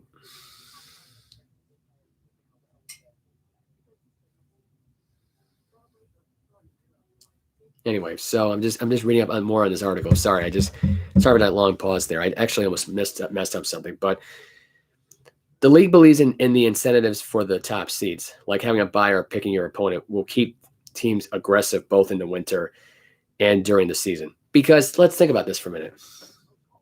There are teams right now that are tanking. Like the Priano 75-win team now has to push for around 80 wins. They have to get at least 80 wins. They can't get in with 70 wins. I mean, I like this a lot. I do. Around 80 wins will potentially make the postseason at this point. Like to me, that's more reasonable here. I mean, I'm sick of teams right now trying to get in with 75, 79 wins because most of the time they don't work. Hell, there's not really a lot of 80-win teams really in baseball either. Of course, this expanded playoffs would be a windfall for the owners in terms of television and gate revenue. But they would also add over 100 players to their postseason spotlight. So you add more players here, you get more recognition now for the role players. I like this, this a lot because this is going to benefit baseball in so many ways. Mm-hmm. I mean, it's going to be a huge, huge benefit for Major League Baseball. And hey, they're taking this whole thing into consideration. I think it's a great idea. I think everyone's all aboard on this. I think I'd be surprised if this doesn't go through, but I won't be surprised at the same time because it's a bunch of old owners. It's a bunch of old guys who just refuse to part with their money. Look at the Red Sox today. They officially had Fenway Sports organization, their CEO, John Henry, just bought the Pittsburgh Penguins today. Their purchase was official today. It was official today. So now the Red Sox now own the Pittsburgh Penguins. So to me, they have so much money, these guys, but they don't want to get new talent. But they would rather get the Pittsburgh Penguins, who, by the way, this year so far are decent at best. Anyway. So we're getting more baseball signings right now. Alex Cobb reportedly nearing a deal right now with the San Francisco Giants, according to multiple reports. 34-year-old free agent would give this will be an interesting story because he's actually a replacement for the departure of Kevin Gausman. Kevin Gausman, who I think is a much better player than Cobb. I don't know why they want to sign Cobb in this whole thing, but whatever they want to do, whatever floats their boat. I mean, to me, I would rethink that decision. That's just me going out there on the idea of, letting people go who got you to the dance in the first place. To me, he was a big reason why their teams were good. But we'll see. We'll see what happens. New York Yankees today signed veteran Jose Peraza to a minor league deal. He was part of the Mets minor league last offseason, who got much more playing time because of the injury-plagued Met team. Now he's with this team in the Yankees. So we went from Citi Field to the Bronx. So didn't really go anywhere that much. Toronto Blue Jays just dished out a multitude of minor league contracts, signing David Phelps, Jose DeLeon, Casey Lawrence, outfielder Malik Smith, Nathan Lukes, and left-handed pitcher Matt Gage and catcher Keelan Deligan. So a lot of minor league guys right now at this point. Phelps at 35 years of age, DeLon at 29, Lawrence at 34, Smith at 28 years of age. He played both for the Reds and the Jays for AAA.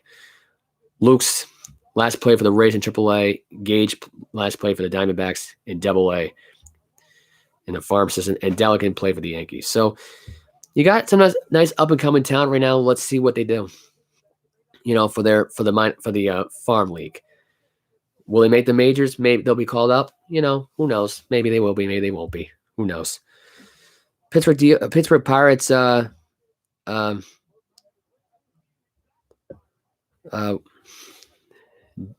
Excuse me. Sorry, right now. Just reading up on this report right now.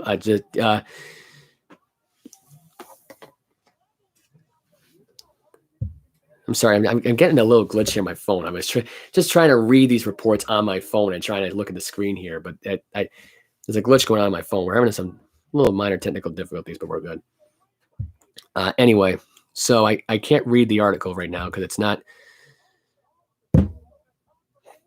Colin Moran right now has been released. Colin Moran has been released today off the 40-man roster in Pittsburgh, and so has been Stephen Balt. So Stephen Balt and Colin Moran has been released. Breaking news: Miami Marlins Miami Marlins acquired Jacob Stallings for Pirates in exchange for right-handed pitcher Zach Thompson, a prospect, and Kyle Nicholas, and Cone Scott. Yes, Cone Scott is an actual name.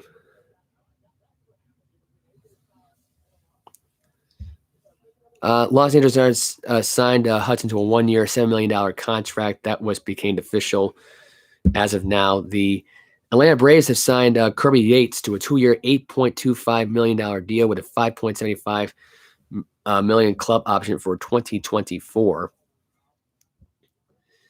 The Philadelphia Phillies have signed Yohan Lopez off of waivers. That deal has been reported now. No report yet on the deal, actually. The Reds signed catcher Armoris Garcia to a minor league deal.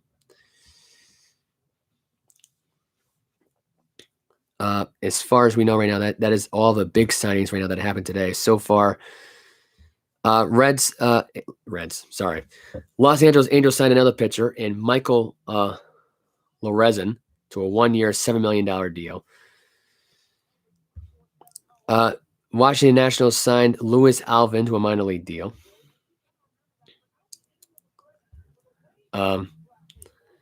As of right now, that is the signings that happened so far today. Obviously, I've already said Max Scherzer going to the New York Mets.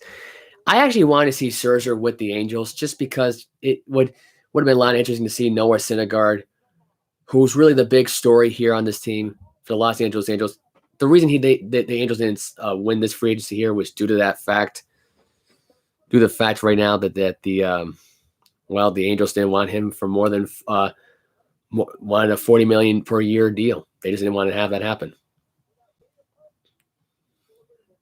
So that's the story with that. The Houston Astros signed former Philadelphia Philly Hector Neris to a 2-year, $17 million deal. A lot of great free agency signings. I will say that, though. A lot of them are interesting here. White Sox signing Cam Hill to a minor league contract. Just a lot of baseball signings at free agency right now. I'm not going to cover every single one. We have a couple more to cover. Michael Watka, who was just signed a couple of days ago, part of the Tampa Bay Rays roster, just a mid-average signing, but could be a good starting rotation guy if put in the right situation. He signed a 1-year deal with a $7 million deal with the Red Sox as of Saturday. Eduardo Escobar, I mentioned earlier, signed a deal with the Mets, 2 years, $20 million. And as of right now, that's not the right article I wanted to read there, but news right now, Alex Dickerson was put on waivers today. He was released off the San Francisco Giants right now. And as of right now, Corey Kluber signed a 1-year deal, $8 million with the Tampa Bay Rays. So I read every single signed report, every single story right now with every free agency right now. The only thing I didn't cover was Gausman got a $110 million deal in the 5 years with the Blue Jays. So far, the Mets have won free agency. But you want to know who came in second, in my opinion? The guy who came in second, or I should say the team that came in second place, was Gausman, because Gausman got a great deal too. He got 5 years with the Blue Jays. Max Scherzer got a better deal though, because he got more money and less timing with the Mets. Because really, he wants to be out west. He don't want to play in the East Coast. Kevin Gausman got a great deal because it's 5 years, $110 million. He's gonna have a much better showing on this Blue Jay team. The Mets won it because you got Scherzer, you got Starling Marte, you got Edward Escobar. You got a great team right now in the New York Mets. You got Pete Alonso there. You got Jacob deGrom. You got a 1-2 punch here. The Mets won this one here. The Blue Jays won it with Kevin Gausman because you got more depth in their pitching now. You got more talent around you, in Vladimir Guerrero Jr. and George Springer, who I think, in my opinion, next year will be healthy. He was injury plagued, so he missed most of the season. But next year, you're going to get a fresh George Springer. And I guarantee right now, Carlos Correa might end up on this team too in the Toronto Blue Jays. I could see him going with his former teammate. And because Houston right now, even with what Houston has at pitching right now, it's not enough. You got Hector Neris. You just re-signed Justin Verlander the other day. But to me, it's interesting here because there's just so much within this Astro team right now that, I think is going to be interesting to watch here, because all these teams now in the AL West are starting to get the Houston Astros. They're starting to get this team. They're starting to understand how this team works. They know what they're doing. They know what they're doing. The Angels to me look like a team that's going to be closest to beating them, though, more likely than although the Texas Rangers might top them too. I mean, it really does depend on what happens now going forward. We still have more free agencies that have to be signed. You got JD Martinez, who needs to be signed. You got Kyle Schwarber, who needs to be signed. Who knows where they'll end up going to.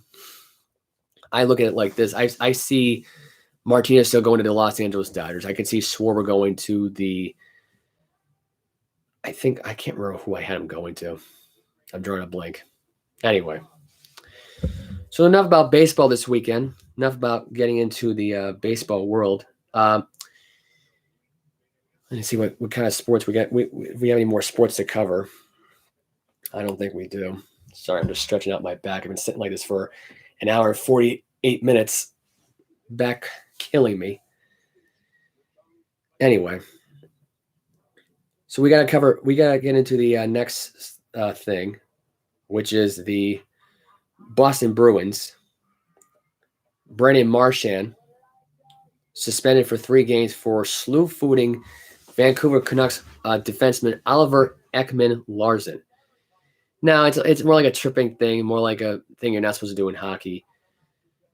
This is the 7th suspension for Brad Marchand in his 13-year NHL career. The incident occurred just 1 minute and 8 seconds into the first period of the game. Marchand was not penalized on the play.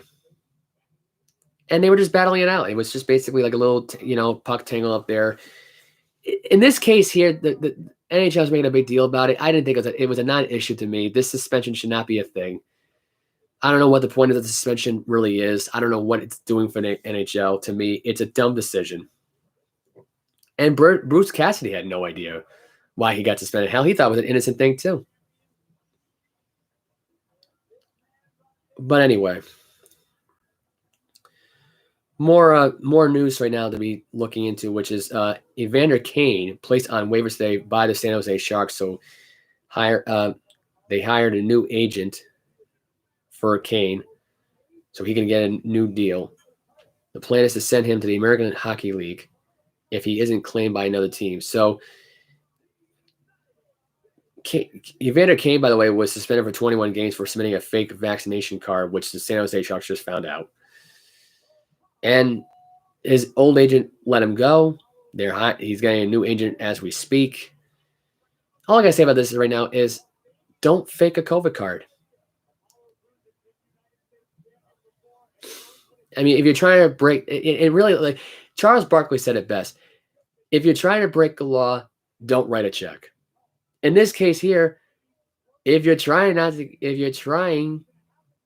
to be unvaccinated, don't make up a story and get a fake vaccination card. That's all. Shouldn't really be that hard to figure out at this point.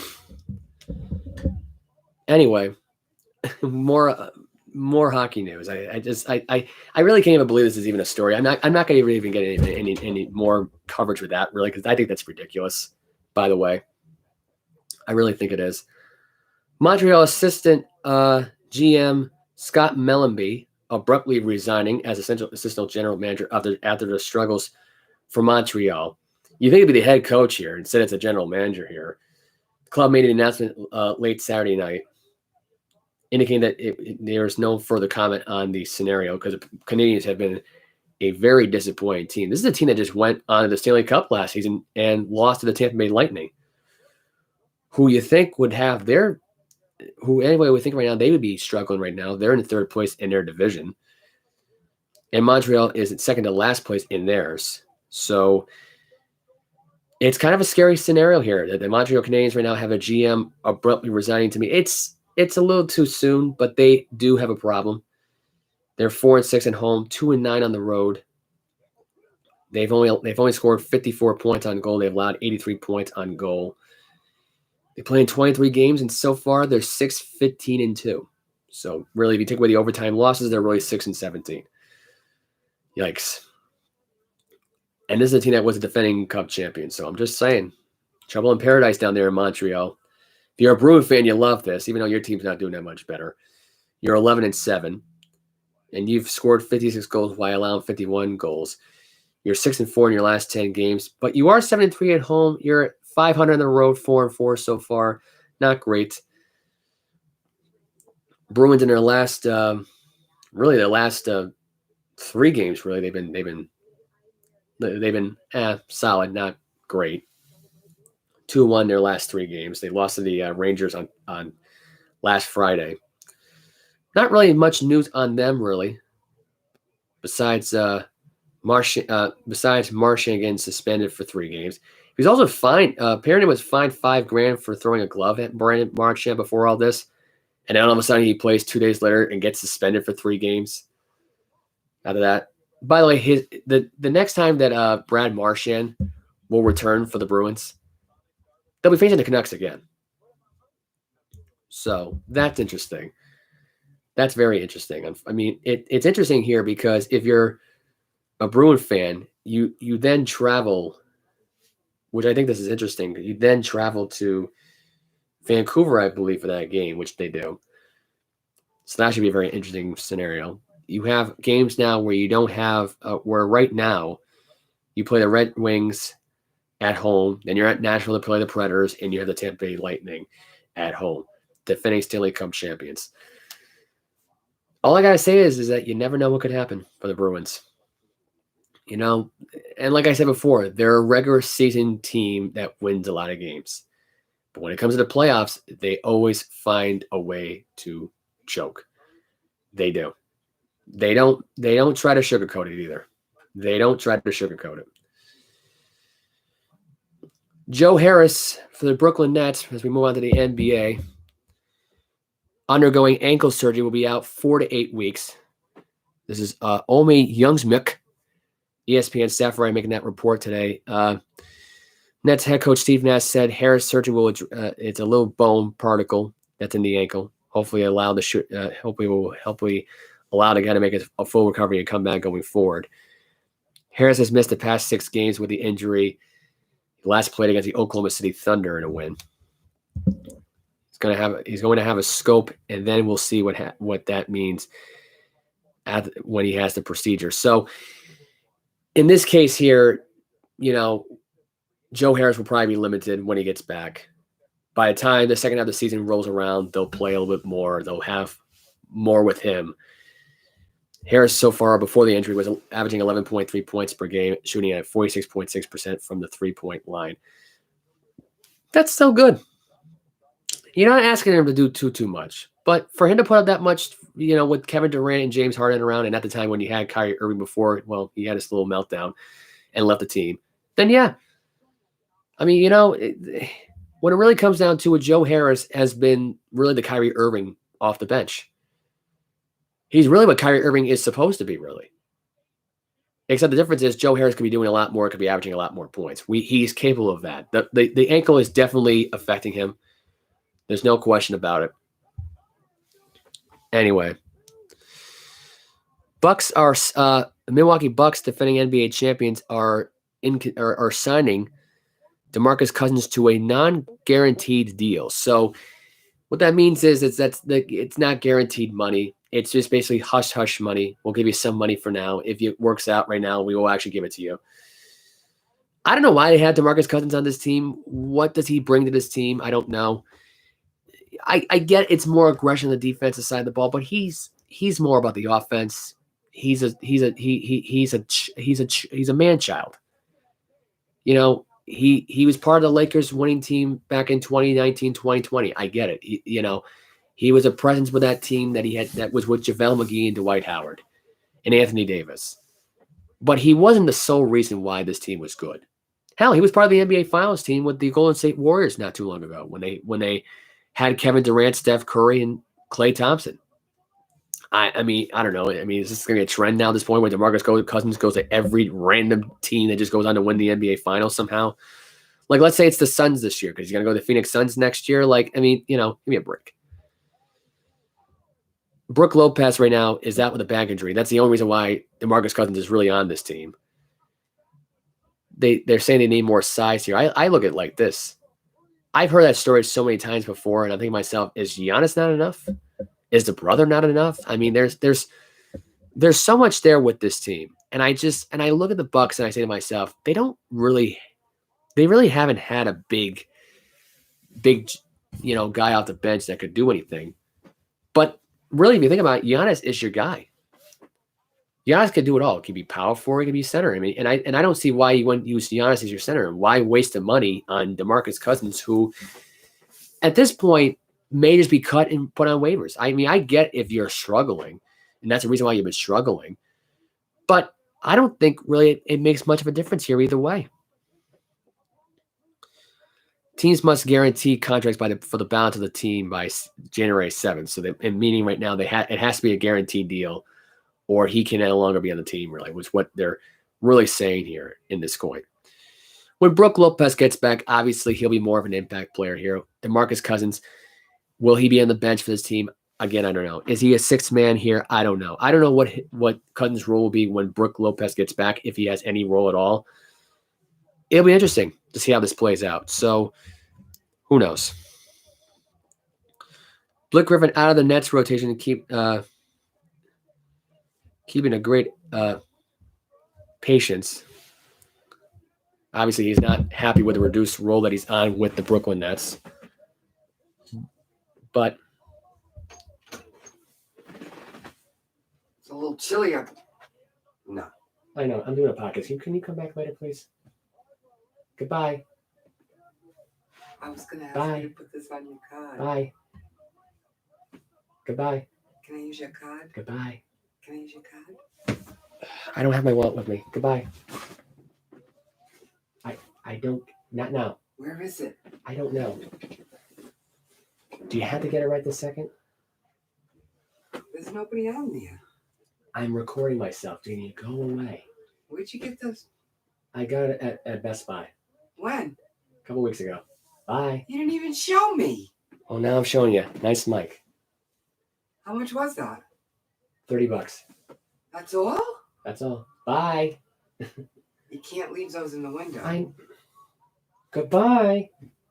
I gotta get it to the Cyber Monday. Hold on 1 second. And do you really have to do this right talking to? myself? Give me the fucking thing. I can't because I gotta pay the petrol tomorrow. $66. I'll pay you back when the bill comes in. What am I paying for? Ah, Well, where do I hit pay? Gotta buy it right this freaking second. I mean, really? You couldn't wait like 5 more minutes. You want a credit card or debit card? what does this say? Credit.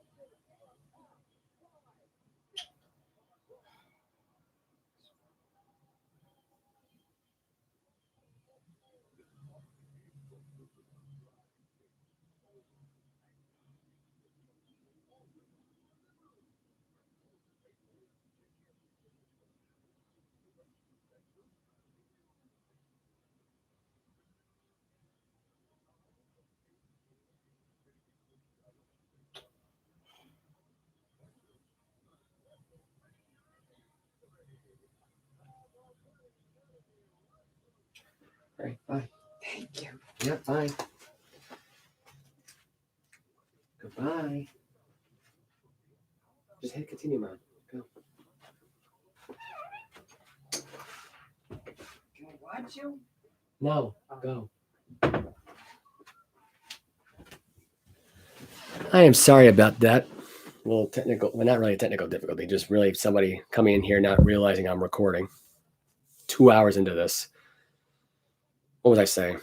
Oh, yeah, Brooklyn Nets, Blake Griffin out of the Brooklyn Nets rotation, preaching patience, knows that it's not part of his decision. After starting 17 games this season, he has sat the past 2 games, and the LaMarcus Aldridge has been inserted into the starting lineup. To me, it's a smart move. It's making the Nets a little bit better.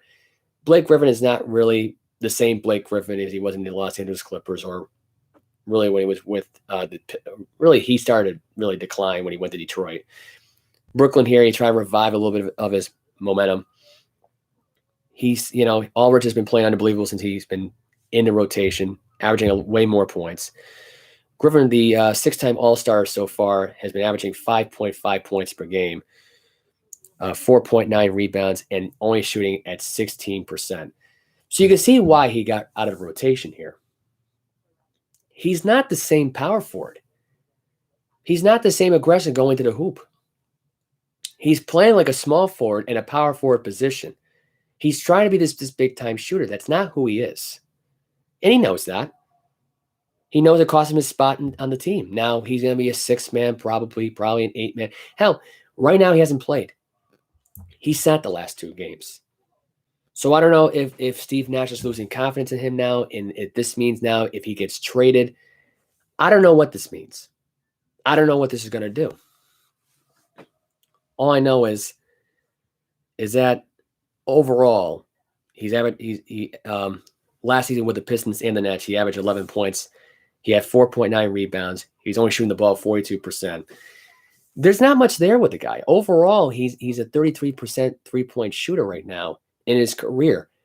Now, if he's trying to fix that, great. But if it ain't working, if it's broke, then don't bother fixing it. That's the way I see it. I mean, it's the old saying, if it ain't broke, don't fix it. Well, if it's broken, just let it go. But if it's broken and it can't be fixed, then there's nothing you can do about it. You got to move on. You got to buy something. It's like breaking a brand new toy. You just get the toy, you break it in half, and you try to put it together, and you can't get it fixed. You give up and you buy something else. It's that simple. LaMarcus Aldridge is that something else here in this case for this team. And the Brooklyn Nets are better for it. And right now, I believe that they are the number 1 seed right now in the East right now. As you look at the current scores right now in the NBA, which I'm trying to get back to the NBA, just the NBA status of things. Right now, there are a bunch of games on. Right now, there's some games that went to final. The Nuggets tonight went into Miami, beat the Heat 120-111. Magic beat the Magic losing to the 76ers tonight 101-96. Jazz currently lead the Trailblazers right now 37-31. Bulls are beating the Hornets right now 106-87. Wizards in San Antonio beating the Spurs 57-49. Cavaliers beating the Mavericks right now in Dallas 52-43. They just started the third quarter. The Timberwolves beating the Minnesota Timberwolves, to be exact, beating the Indiana Pacers 78-76. The Rockets beating the Oklahoma City Thunder 79-64. So that is the scores right now in the college basketball, in the NBA world. Not really much to look into here for college basketball here today. Kentucky so far beating Central Michigan 85-57. Texas beating up Sam Houston right now, University 46-39. Gonzaga will be on later on during the week. Gonzaga, who was 6-1, losing to the Duke Blue Devils in Las Vegas over the weekend. That was Saturday night. That was a Friday night, I believe they lost that game. Over the weekend here, you had BYU beating Utah 75-64. That was on Saturday. UCLA beating University of Las Vegas 73-51. St. Bonaventure losing an upset game to Northern Iowa 90-80. The Sunday slate, Iowa had an upset over Alabama. They couldn't get the other upset over Kansas. They lost 96-83. Alabama winning by 30 over Miami University. Villanova beating LaSalle. 7th ranked Villanova. Seton Hall, 21st ranked, beating Bethany Cook University 84-70. And Florida beating Troy University. Florida ranked 23rd, 84-45. So that is the scoop in terms of college basketball new as far as that goes. Let me just get to see if there's any developing news in college basketball. There probably isn't any developing news at all, which it isn't. Currently, right now, Charlotte will be hosting Davidson. That was 6 hours ago. That's in the Atlantic 10. Let's go look at the top 25 news. See if there's any news with those games. Duke jumping to number 1 as Gonzaga falls to number 3. Thanks to that big-time win they had. Rick Pitino getting the historic win for Iowa University, beating Alabama, the biggest win they've ever had. Dayton beat Kansas last week. So that's the story. Let's get to the rankings, power rankings this week for the college basketball world. Duke is ranked number 1. They are undefeated, 7-0. Purdue ranked number 2, 6-0. Gonzaga ranked number 3. They're 6-1. Baylor's ranked number 4 at 7-0. UCLA ranked number 5. Villanova ranked number 6. Texas Longhorns ranked number 7. Kansas University ranked 8th. University of Kentucky ranked number 9th. By the way, both those teams are 5-1. Texas was 4-1. Arkansas 6-0, 10th ranked. Arizona's 11th ranked, 6-0. BYU 6-0 at 12th ranked. Tennessee Volunteers ranked 13th. Florida Gators ranked 14th. Houston University ranked 15th, the Cougars. Alabama 16th ranked. UConn ranked 17th. Memphis is ranked 18th. Iowa State's ranked 19th. Iowa State undefeated, by the way. Memphis is 5-1. USC 20th ranked at 6-0. Auburn's 5-1, 21st ranked. Michigan State 22nd ranked. Wisconsin 23rd ranked at 5-1. University of Michigan Wolverines 24th ranked 4-2, and Seton Hall ranked 25th at 5-1. Seton Hall, by the way, dropped 4 spots after being ranked 21st, even though they had a 40-point win. So that is the story with the college basketball world right now. And as far as the rankings go, Duke jumping to number 1 to me is not surprising. I figured when they beat Gonzaga, beating the number 1 ranked team in the country the way they did, exposing them on defense. I mean, to me, they haven't exposed like that since the national championship game against Baylor last year, and Baylor beat them by 17 points. That was a huge win, in my opinion.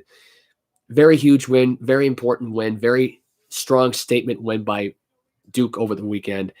And they did it in a way where, it was a day after Thanksgiving that game was on. And Duke right now, who I think has proven that they belong in the conversation right now, into a national championship conversation. It's a really early conversation to have, but they are right now a much better team, I think, than within the last 7 years. And that's saying a lot. By the way, their upcoming schedule, they're not playing again, or they are playing again this week. They're playing at Ohio State tomorrow. Duke is a 2-point favorite in Ohio State. Very early game there to be thinking upset there. I was going to say an upset maybe in Ohio State, but I look at it now, it's way too soon for Duke to lose that game, to be ranked number 1. So I say Duke remains number 1 for a while. They ain't going to lose a game for a while. They're home against South Carolina State on the 14th. The 16th, they are playing Appalachian State at home. They're home at Cleveland State. Home against Virginia Tech, and they're at Clemson on the 29th. That's the December slate. We'll probably get a January slate as they move along in December. Obviously, December coming up in the next couple of days. But so far, it looks good for Duke. So far, it really looks good for Duke. I mean, Duke right now looks like a really strong team. I can see down the line right now having some tough competition come their way within the ACC, but I just look at the ACC and say to myself, who in these teams are going to beat this team? Because right now, the only team that's close is Louisville right now. That's it. North Carolina ain't there. Virginia definitely ain't there. Boston College definitely ain't there. Florida State ain't there. Syracuse ain't there. Well, Syracuse might be the second closest, but not really. So that's really what I think about Duke right now, is that they're a totally unstoppable force. They've got a great offense. They've got a great team. They got a great roster. Right now, if we had to look at it right now, Banchero leads in points and rebounds. He's averaging 18 points a game, Banchero is. Wendell Moore Jr. is averaging 17.9 points per game. You got Trevor Keels, who's averaging 12.3 points per game as a freshman. You got Williams, who's averaging 9.9 points per game. He's averaging 6 rebounds. That's a big center right there. It's averaging 6 rebounds a game. That's crazy. Field goal percentage so far for Banchero at 53%. I think Wendell Moore is second behind John at 57.9. That is Theo John to be expected here. A senior right now from Minneapolis, Minnesota. Not averaging a lot of points though this year though, but averaging a lot of field goal percentages when he's on the floor. He's not really a starter right now on the team. And we have Jeremy Roach, who's averaging 9 points per game, averaging 2.7 rebounds per game, and only averaging 38%. They've got a pretty great roster. As far as what they have now as a roster well put together. They can be competitive for a deep run. Am I saying Duke's going to go undefeated? You know what? I am saying it. I look at Duke right now and I think to myself, out of anybody right now in the college football ranking right now and college basketball ranking right now, who is the team that could, because Duke is the team to beat right now as far as I'm concerned. The question is, who's close enough to beat them? In my opinion, the team that's really close enough to beat them and compete with them is Baylor. I look at Kansas. I thought Kansas would be the team that would be up in that conversation. I know it's too early to say, but I mean, I'm looking at it right now and I'm thinking in my head, I mean, they struggled against Dayton, an Atlantic 10 conference team that really they've got no business beating Kansas on the road like that in that tournament scenario. I mean, you practically lost to an NIT team if you're Kansas University. That's who you lost to. You didn't really lose to a really competitive team. You lost to Dayton. And I normally would say that because Dayton was always good. But Atlantic 10 team has got no business beating that Big 12 team in conference play. There's no excuse for it. Especially a team who is non-consistent and is below average at best. So the hell with that. The hell with that idea of Kansas being legit here. I mean, if they're going to be having trap games like this, I mean, what's the point of being competitive? By the way, Dayton in that game was 2-3 going in that game when they got when Dayton had that buzzer beater win at the end there. So we'll see what happens now going forward. But look, as far as I know, Duke right now is a very strongly favored, in my opinion, to be competing for the national championship. This team, people were saying even back in 2019 when they forfeited out before COVID hit, that they would be part of the national championship conversation. Right now, this is the best version of Duke right now that we've seen in a long time. Baylor right now is the best version of themselves right now in a long time. Villanova ain't there. UCLA, I think, is still in there, even though they got blown up by Gonzaga. It's too early to tell there what UCLA is going to look like. Kansas, I think it's early with them, but I don't think they're up there with UCLA and Baylor and Duke. Purdue's up there right now because, well, they just need a stronger Big Ten conference, and Gonzaga just lost to Purdue. I mean, it would be kind of cheesy to put Gonzaga at number 2. It would be you could have put Baylor at number 2, really. If we're going to really be honest with ourselves here, Duke had a huge jump here. They do deserve it. But look at Purdue right now. If you had to make a case for it right now, you can easily say they beat Villanova, they beat North Carolina in in a Hall of Fame tournament. They should have won that. They should have won that night.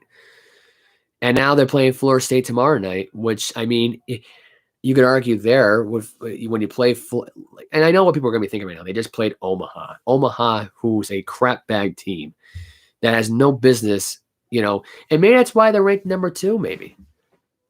I mean, to me, it would have been way too soon to put this team at number 1 because they would have just obviously lost their whole momentum there. And, they would not be able to handle the pressure. Because teams like that are not used to being ranked number 1. They're not. They're not used to that ranking as far as that goes. So, I mean, we'll see what happens now going forward. But I just look at Duke and I think to myself, they deserve to be in that spot for a reason. But if I had to go with another number 1 seeding ranking team, in this case, it would be Baylor. And I'm surprised Baylor didn't surpass them because didn't Baylor last year just beat Gonzaga? It would have made a lot more sense for Gonzaga to be number 4. I don't know. To me, that sounds like it would make a lot of sense. Gonzaga every year, who's always been in the number 1 ranks in the tournament, there's not been one year where they haven't lost. Anyway.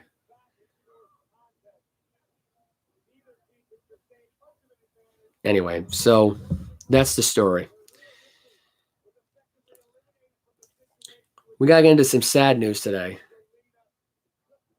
Sad news that happened over the weekend. Lee Elder, who passed away over the weekend, was the first black golfer to compete at the Masters. Passed away at age 87. He basically was the one that broke down the racial barriers in the golf world. He played on the Masters. He paved the way for guys like Tiger Woods and others that followed along. The PGA Tour announced that Elder's death was Monday. There was no cause of death. Said it was confirmed Elder's death is what the family now knows. But the man was in poor health. Basically wore an oxygen tube beneath his nose when he appeared at the Masters in April this past year. The tour reported he died early Sunday in Escondido, California. He was a good player. He was a good man, well respected by countless people. Jack Nicklaus, of course, wrote that on his Twitter account as of today that he was respected by so many. He was a native Texan who developed his game during the segregated times. Back then, while he was a caddy. Elder made history back in 1975 in Augusta National, which he had been in an all-white tournament until he received an invitation after winning the Monsanto Open the previous year. He missed the first cut at the Masters, but stamped himself into a groundbreaking figure in the sport world.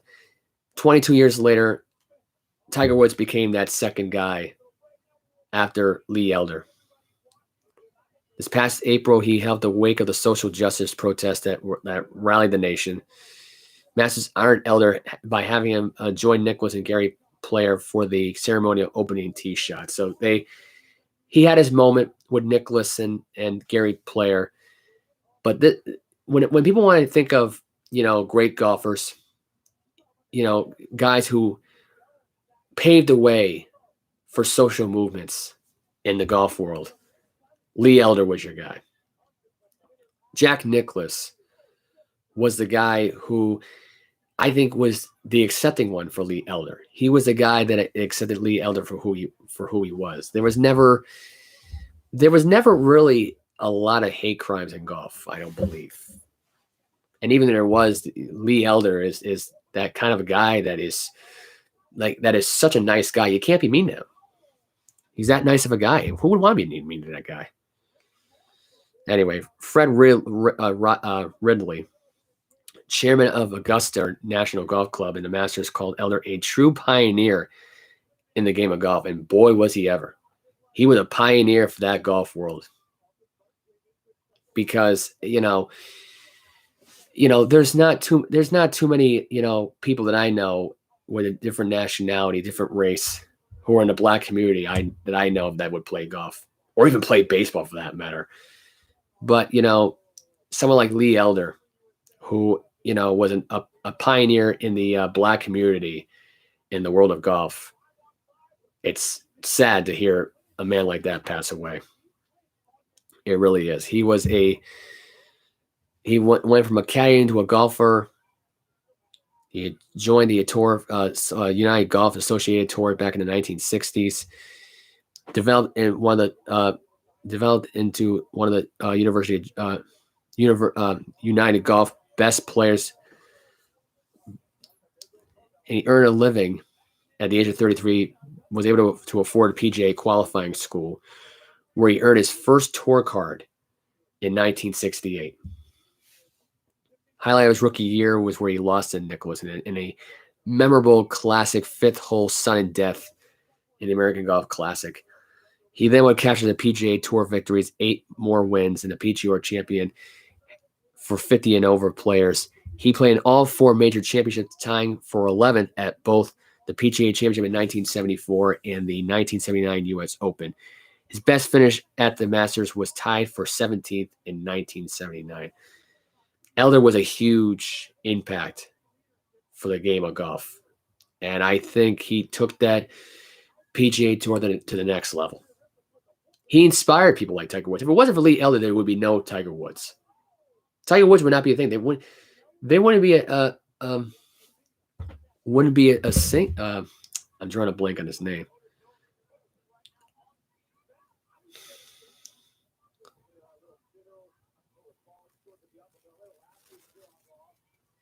I'm trying to think of the golfer name right now that's in the. They wouldn't be a Charlie Sifford. They wouldn't be a Calvin Pete. They wouldn't be a Ted Rose. There wouldn't be a Cheyenne Rhodes. There's people out there that look at those names and you think to yourself, who? Because there wouldn't be a lot of black golfers out there. There wouldn't even be a Bill Spiller out there. He also paved the way for black golfers. There was actually a lawsuit, for black golfers just to be given the right to play. And he was part of that lawsuit. There would be an Earl Woods. There would be a Vijay Singh. Like there's a list of golfers that no one ever talks about anymore these days. And you want to know something? Lee Elder was a pioneer for this whole thing. And so were guys like Bill Spiller. So were guys like Calvin Pete. So were guys like Earl Woods, Charlie Sifford, and even Tiger Woods now. And it's disappointing now that Tiger Woods no longer plays golf anymore because of his back. He's in severe back pain. It's not a good thing. So after that car accident, though, you can't really blame him. Between the golfing and the drinking the booze and, driving impaired while being intoxicated, that's what happens. But enough said there. That is the saddest story of the entire golf weekend, that Lee Elder had passed away. my condolences to the family for Lee Elder.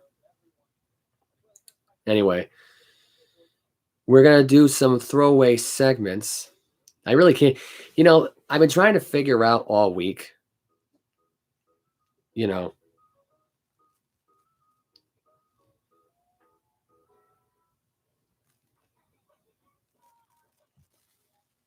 throwaway segment. I just couldn't think of it. Sorry. I just got a little bit choked up just now trying to talk here. We're going really long here with this.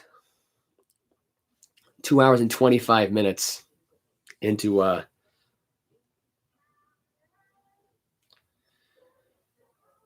Sarah Fuller, who is Sarah Fuller came to mind when I thought of throwback segments, because she had her she made history back in November 28th, 2020, starting the second half against the University of Missouri. She making a squib kick. I believe she made an extra point in this game as well. She played in the second half of the game. So gender was not an issue when it came to where it came to Sarah Fuller, becoming the first woman to play in a football game in the Southeastern Conference for a Power 5 program too. You don't really hear a lot of those stories very often. You don't. And to me, you hear stories like that. You hear, you hear certain stories like that about people like that who do first time things, and you hear stories like a girl playing football in a men league competitive sport. It just, you hear stories like that and you just feel amazed. You really do.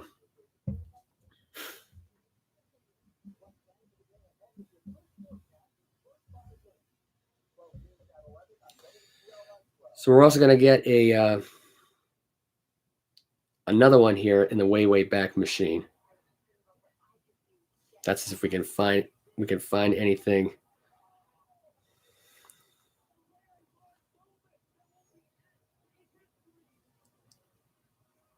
Right now we're going to be dating this back. I believe it's kind of hard finding sporting events within a year or two.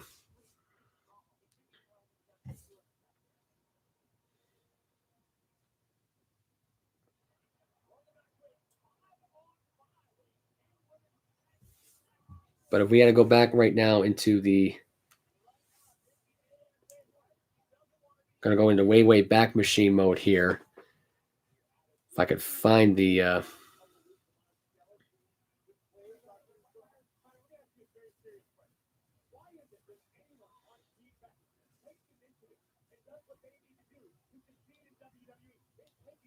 can't really find anything right now in the way back machine. But Sarah Fuller was a kicker who made her debut back in 2020.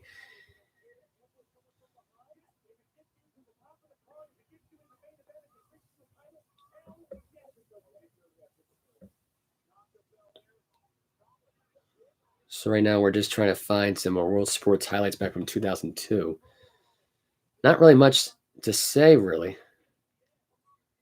Can't really find anything right now at the time, the moment right now. It's just, anyway, but we're just going to end it here. Been going on for way too long. Mike will be on sometime this week. We will do an episode on the for Let Us Interrupt You. Right now, we're going to check some current scores right now in the NFL. We're going to go right back to Seattle and Washington right now. And so far in the third quarter, Washington is up 17-9. So there were some throwback segments I wanted to cover. Unfortunately, I could not find the databases to it.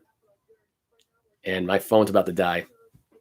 So I could look up right now on my other laptop, but I've been sitting like this for 2.5 hours, and my back is doing a number on me. So I will sign off with this.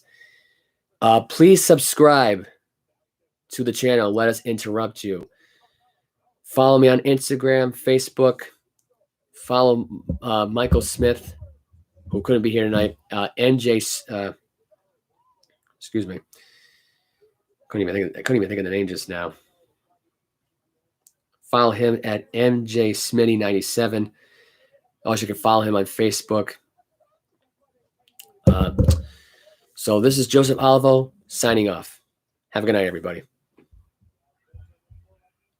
Oh, and by the way, before I sign off, I am also on Patreon. So the Patreon link, which I have right here on my Facebook account, is I can switch. I'm going to try to switch over to that account as of now. Just before I go, getting the things here I want, but that is not the page I want to get to. But anyway, the Patreon link is I believe it's the, I don't have the link in front of me. Man, I'm exhausted, tired. Anyway, I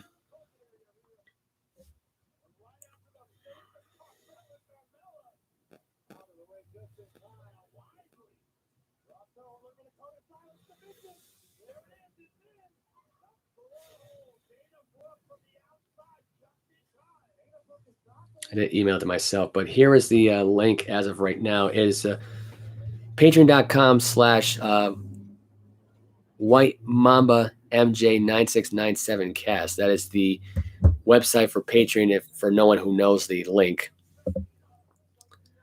But we will try to inform you of the next episode through social media. If not, just keep looking at our Facebook page. Till next time, folks, I'm Joseph Alvo signing off.